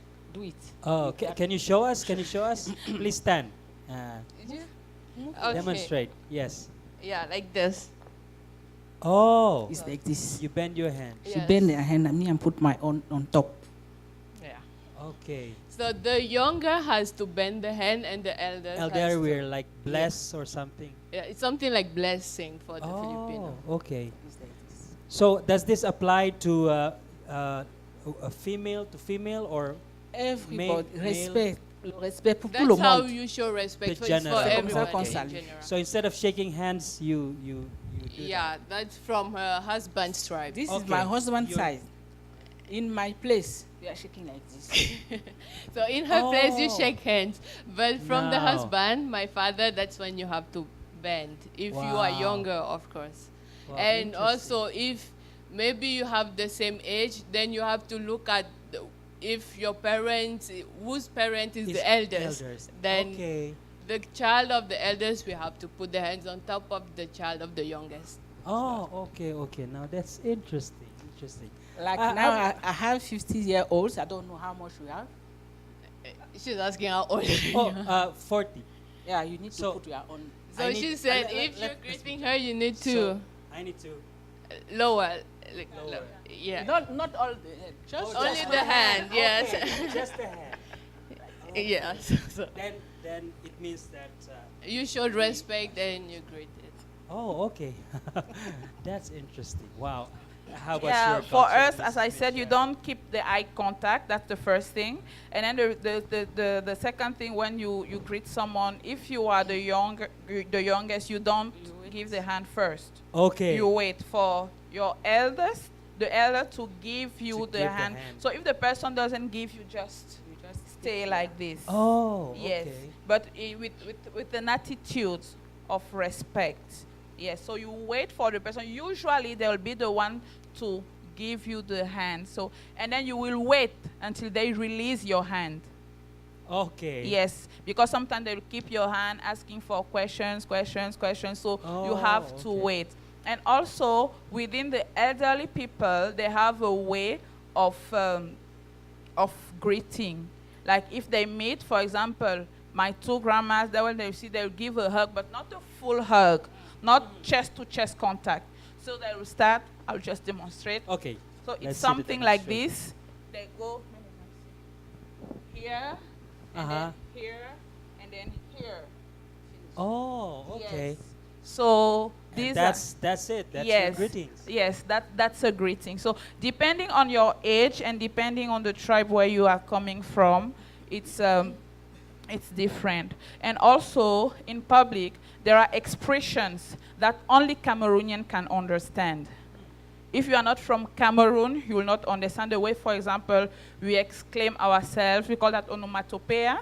If, for example, I'm talking to Mama Vanessa and she gives me a bad news, there is a way I will exclaim. If you are not from Cameroon, you will not. Give us an example. Akie! Oh, that's an expression of. Yes, like when you receive a sad sad news. news, yes, or something shocking, you are just wokolo. If you are not from Cameroon, you will not really understand what it means. How about an expression of happiness, excitement? You? Yes, because we have this shout, like when someone will say, for example, Oyenga befam. Now, let me do for the women. Yes. For the women, That's This is joy. joy. Yes. If you say Oyenga binga, that's what she will do. Like Oyenga is. That's joy. yes, Yeah. for men. Okay, for yes, men. just to show their manhood. Yes. Wow, wow, wow. This is a lot of immersion that we're going on, we're having here. Wow, wow. Pastor Gabriel, anything you want to add? Yes, regarding communication in Cameroon, I think the first thing to start a communication with somebody is greetings. Yeah, you have to start with greetings. And this is very important because I've been to some other countries and I've seen that they can start communication without, starting by greetings. But in Cameroon, you have to greet first. So when the greeting is established, then you move to the communication, proper communication. And it depends on which kind of serious talk that you want to have. In some places, for some serious talk, after some greetings, then you have to sit. You sit down if it is really serious, and then you try to discuss. So it depends again on the cultures and different tribes where you find yourself. But first thing is greetings. And another thing is I did not know it about Cameroon up to I went to Nigeria. And then somebody asked me, is it true that in Cameroon, when you ask somebody something by asking him a question, and he will reply by another question. And then I told him, "Who told you?" Then he started laughing. He started laughing, and I knew that he caught me already. And that is very particular about Now, is that Cameroon. true? That is true. No, you should have asked me a question. Oh, okay. Yeah. So there are many interesting stories about Cameroons and communications. So that is our uniqueness. Wow. It's very unique, very unique. And then just to add, there is something that we call pidgin in Cameroon. Pidgin. Yeah, it's like a mixture of French and English, or it's broken English. Cameroon is divided into two. We have the English-speaking part and the French-speaking part. But the thing is, people will not understand, people from the French part will not understand English, but they understand pidgin. Yes, same thing on the other side. So if you really want to communicate, wherever you go to, anyone, use pidgin. Yes, you'll be able to communicate with everybody. So Yes. everybody would understand. Yes, pidgin, yes. Even your grandmother. Yes. Wow, interesting. Okay, let's go on. What are the social practices that are prohibited in communication in your culture? Any things that are not acceptable? Social practices. Who would like to start? Yeah, yes, please. Yes. Mama, please. Quand on grandissait, When they were growing up, c'était difficile de voir les jeunes s'asseoir ensemble comme ça. it was hard to see young people sitting together. C'est-à-dire que quand mon ami venait me chercher, je devais être loin, pas à côté comme ça là. It means when a friend would come to look for her, she has to be like far away. Triple speaker. Oh, friends from opposite sex. Yeah, they do not sit near each other, even if you're dating or even if you're engaged, something like that. Voilà. Mais Physically separated. Yes. voilà. Il y a ça, et il y a aussi il y a bon, on sait que l'excision au nord, ça n'existe pas. On a déjà aussi arrêté ça, on est en train d'arrêter ça. À partir nord du Cameroun. Before we had issues with incision. Excision. Excision. We say excision. Incision. Yeah, in the northern part of Cameroon. But now it's prohibited, so it's okay.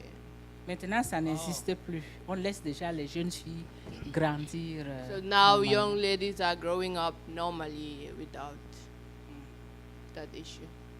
Oh, okay. So young people of different sex still cannot mingle today? Or, I mean, when you say sit with one another. À l'école, oui, mais façon que je vois, ils sont collés ici comme ça là quoi. She's saying at school it's okay, but Okay. she's saying now here she sees people like close to Okay, each other, okay. holding And each then in other. front of the parents, you are in not front of the married. parents. This is not. That is not acceptable. It's not acceptable. Okay. All right. Yes. It means until you are fiancé, like, or very close. So no to get- physical touch until Yes, no. no holding hands. No. Okay. You can do that, but not in front of your parents, because they still do that. So you cannot say that they Yeah. don't do that, but doing that in front of the parents, it's really, really disrespectful. Or for example, you visit your in-laws and then you come, your mother-in-law, or I mean the mother of your boyfriend is in the kitchen and you are sitting in the living room. It's not allowed. That's the end of your relationship, actually. Yes, it's really prohibited. Mhm. Wow. Anything else? Anything else that's not acceptable? because we are speaking about communication. There is also another thing that we can mention. When an elderly person and a younger one are talking, I think it is not allowed for the younger one to stand while the elderly one is sitting. So usually when the elderly one is on the floor, so you have also to bend and sit completely with him. So when you stand and everybody sees you that you stand and he is on the floor, then everybody will come and tell you, what are you doing? What is wrong with you? So it is not allowed. Even in communication, there are some principles that you have to respect. Let me ask, even then, do young people talk with the elderly? Are they allowed to talk with the elderly? Yes, it is allowed. But they need to be, if they're sitting, everybody needs to sit. Yes. Yeah, but I think you still need to mind your words. Okay. You really need to mind your words. Something that shocked me when I came here is when I saw the children talking to their parent anyhow, daddy, da da da da da da. We don't do that in Cameroon. I've traveled some places and I've seen some kid calling their mother Elizabeth. No, we don't do that in Cameroon. It's mom with respect or dad with respect. Yes. Yes, yes. And also, I still remember me calling my dad sir or using formal language to talk to him. So.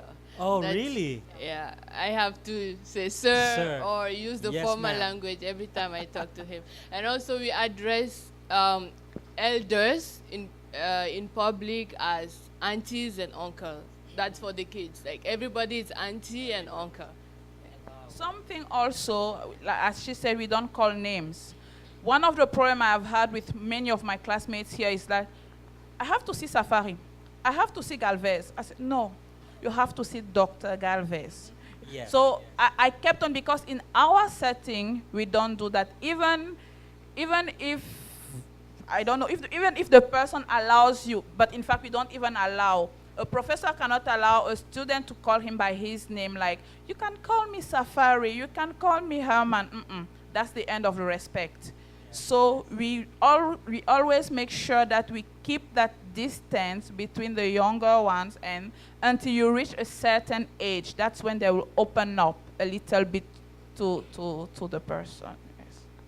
That's amazing. I really admire these countries, the countries that maintain this level of respect.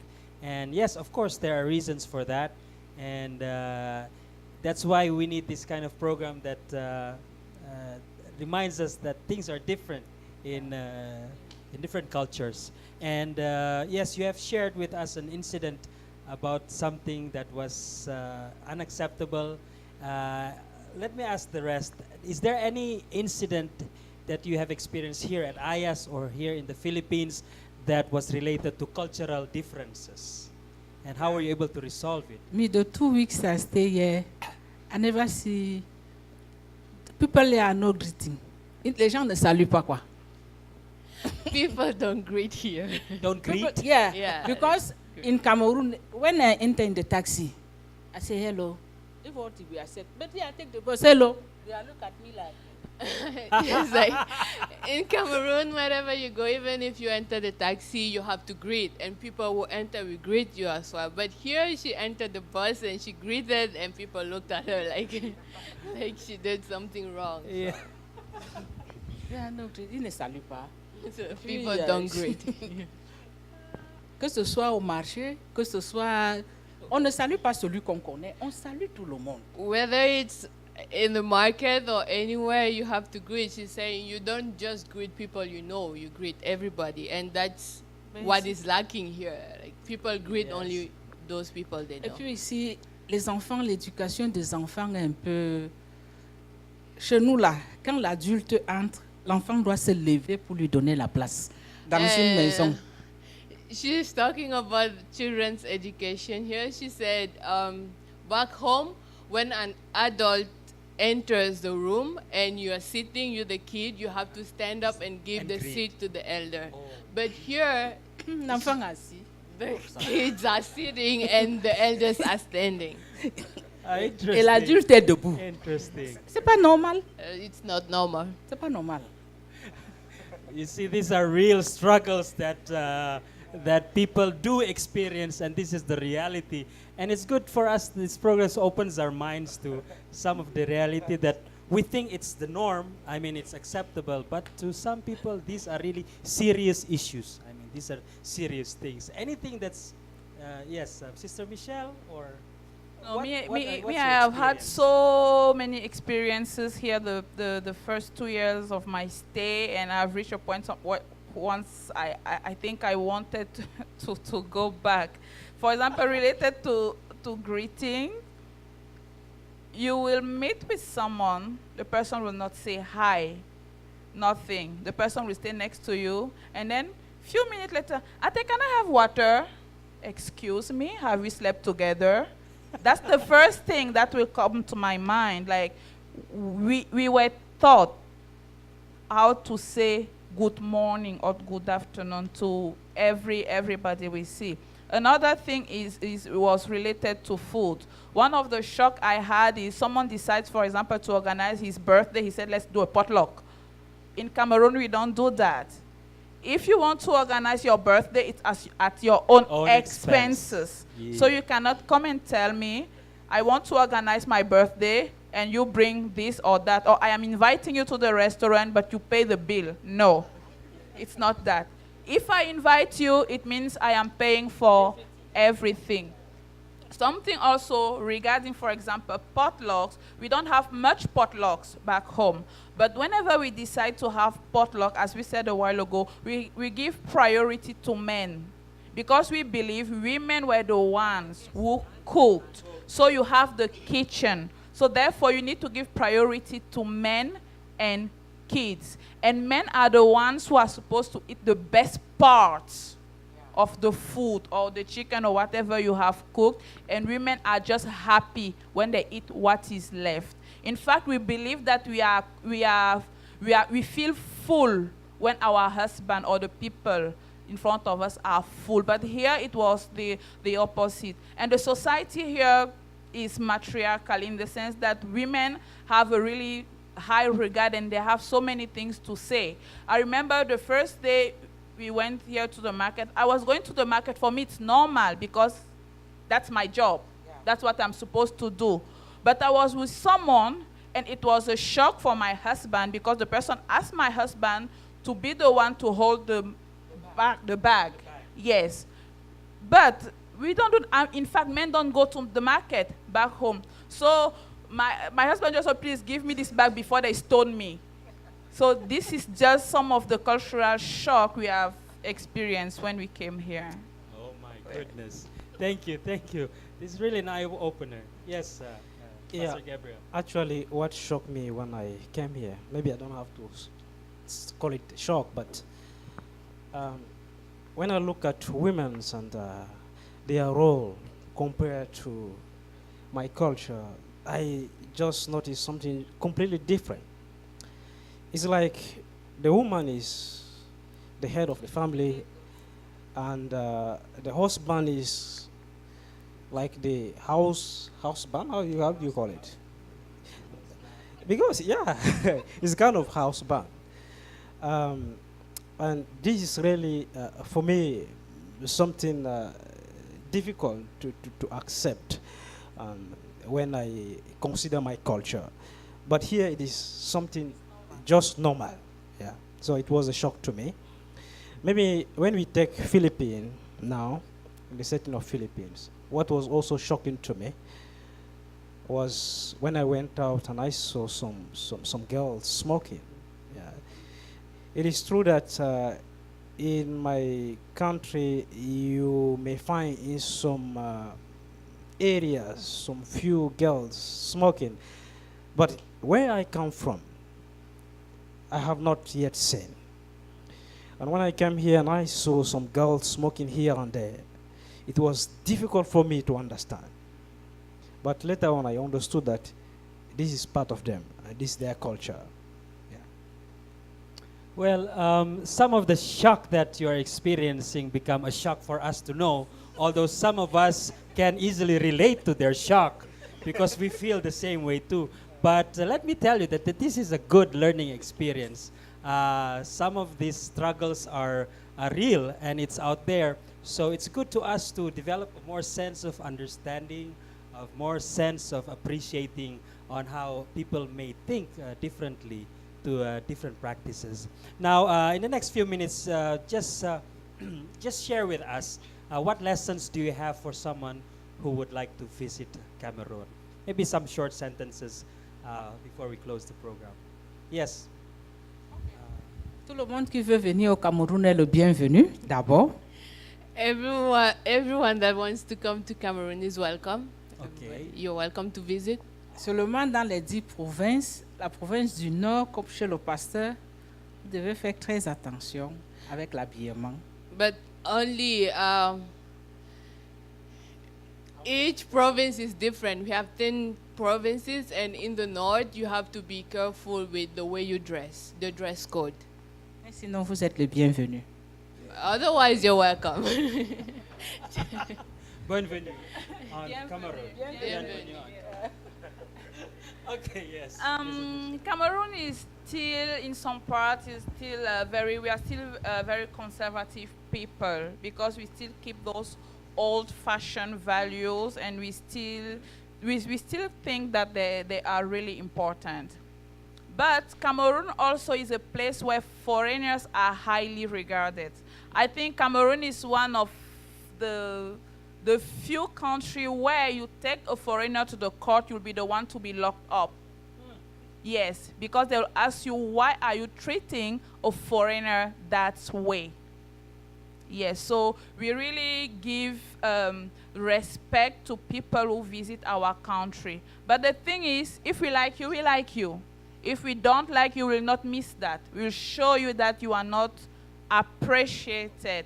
Yes, so if you come to Cameroon, people are very sensitive to, especially to dressing. If you mind the way you dress, if you mind the way you address to the people, and few Cameroonians will come to you first.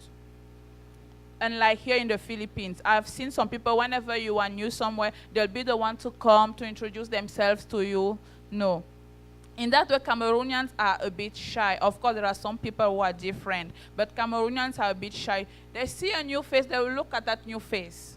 If someone doesn't introduce that new face to you, you can stay there for a year.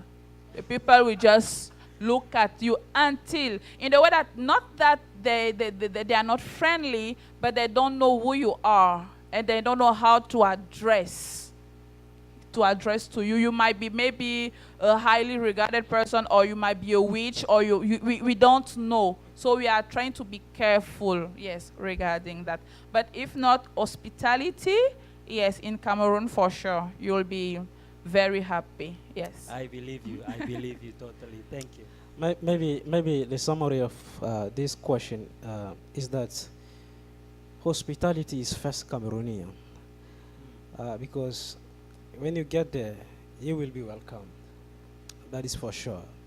Even from the airport down where you want to stay, people will respect you until you do something that will lead people to dislike you. Yeah, that is it. Well, thank you so much. Merci beaucoup. Bella, Mama, Ms. Michelle, and Pastor Gabriel, thank you so much for... No. Yeah, that's it. Do you want to show us the... Come. Come, let's have a glimpse of the traditional... what do you call that? 1 step forward, 3 step backwards. Yes, please. That we would really enjoy. But I'm not just going to show the real thing. So it's something like this. You go, you come back. You go, come back, and back. Oh, so, okay. And then you go, come back, you come back, and back. Wow. Let's give a round of applause. Thank you so much, Ms. Michelle. Thank you so much for our Cameroon team. We're so blessed. We learned a lot. And if not only for the time that is against us, I'm sure there's a lot of things that we can learn more and more about this wonderful country. And so that ends our show for today, United in Diversity. I would like to thank all the audience and all those who are watching through the live streaming. We hope to see you in our next United in Diversity, and hope this has been a wonderful time for you. And may God bless each one of you. Let us stay united in diversity. And I just would like to end with asking your questions and comments and suggestions for this program. If you have, please send them to united@is.edu. Email us, and we'll be happy to receive your comments or suggestions. So once again, on behalf of the United in Diversity team, thank you so much for being with us in our program, and may God richly bless each one of us. Dr. Safari? Thank you very much. Thank you very much for the team from Cameroon and all who have learned here. It's amazing. It's just phenomenal. I just can't imagine how complex this culture is. It's just amazing. Really, really mind-blowing. I can't miss United in Diversity for anything at all, because I'm learning so much from all around the world. Today we traveled, we started in Mexico, and then from there we traveled to Papua New Guinea, and we ended up landing in Cameroon, where we learned a few dance moves. This was just amazing. I just want to check our knowledge as we close the program for today, and that is, again, if it's a yes, put your thumb up. If you're not sure, put it sideways. If it's a no, put the thumb down. And I want all the thumbs to be shown, not just the head or this way. So, first statement. Each tribe in Cameroon has a different attire. Let me see your thumbs. That is correct. That means when you go to that country, you will see all kinds of attires. I never knew that. Number 2, Cameroon has less than 100 tribes.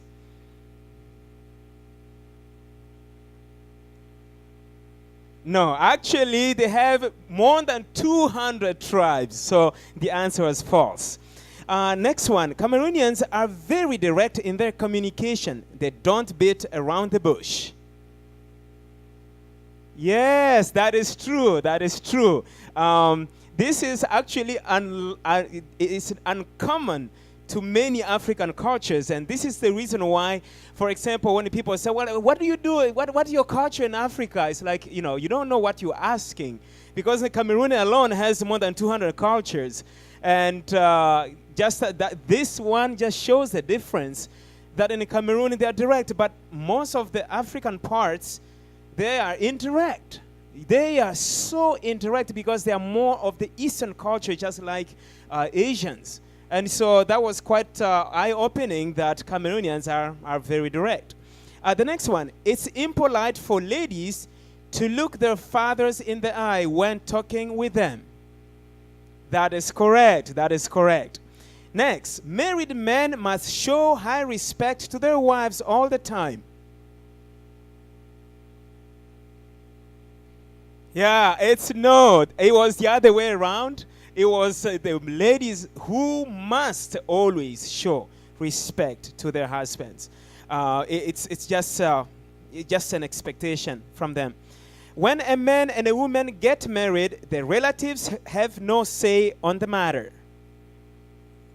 Of course, they have. In fact, they may tell you not to marry that person if they don't like that person.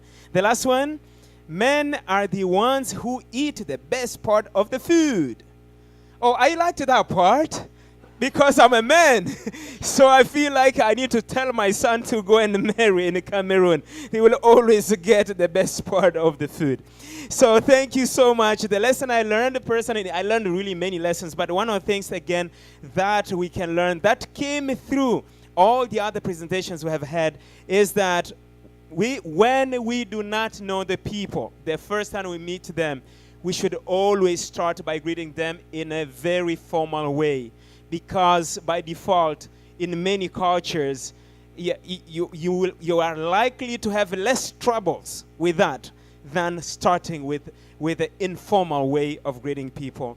Lessons we learned today. The culture is truly complex.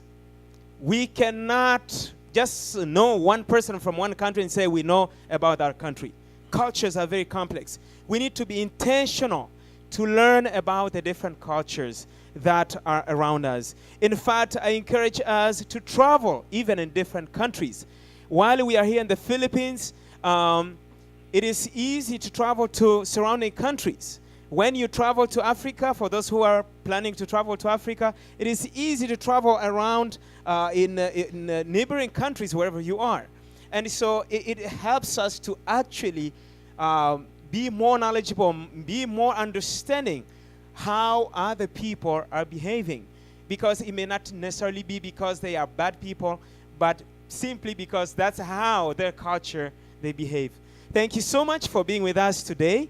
And we look forward to having you again on the first Sabbath of next month. Every first Sabbath, we are together here in this room. And we hope you bring some more people. And we'll be airing this on YouTube and also on IS TV. You can view some of the programs we have had before. We'll continue producing some more. And one of these days, you might just be the next person who will be on this show, because we'll continue exploring different countries as we move along. Again, thank you very much for being with us today. We're going to stand up, and I'm going to ask Pastor Ricky to come and bless us, dismiss us with the blessings of the Lord. Let's stand up for the closing prayer.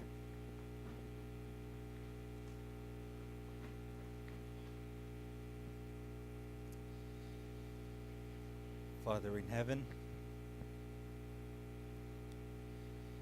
we thank you for the opportunity to learn the different uniqueness of each culture.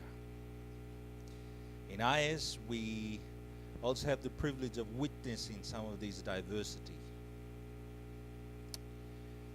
But Father, I pray that may through our differences we can feel and sense the love of Jesus Christ.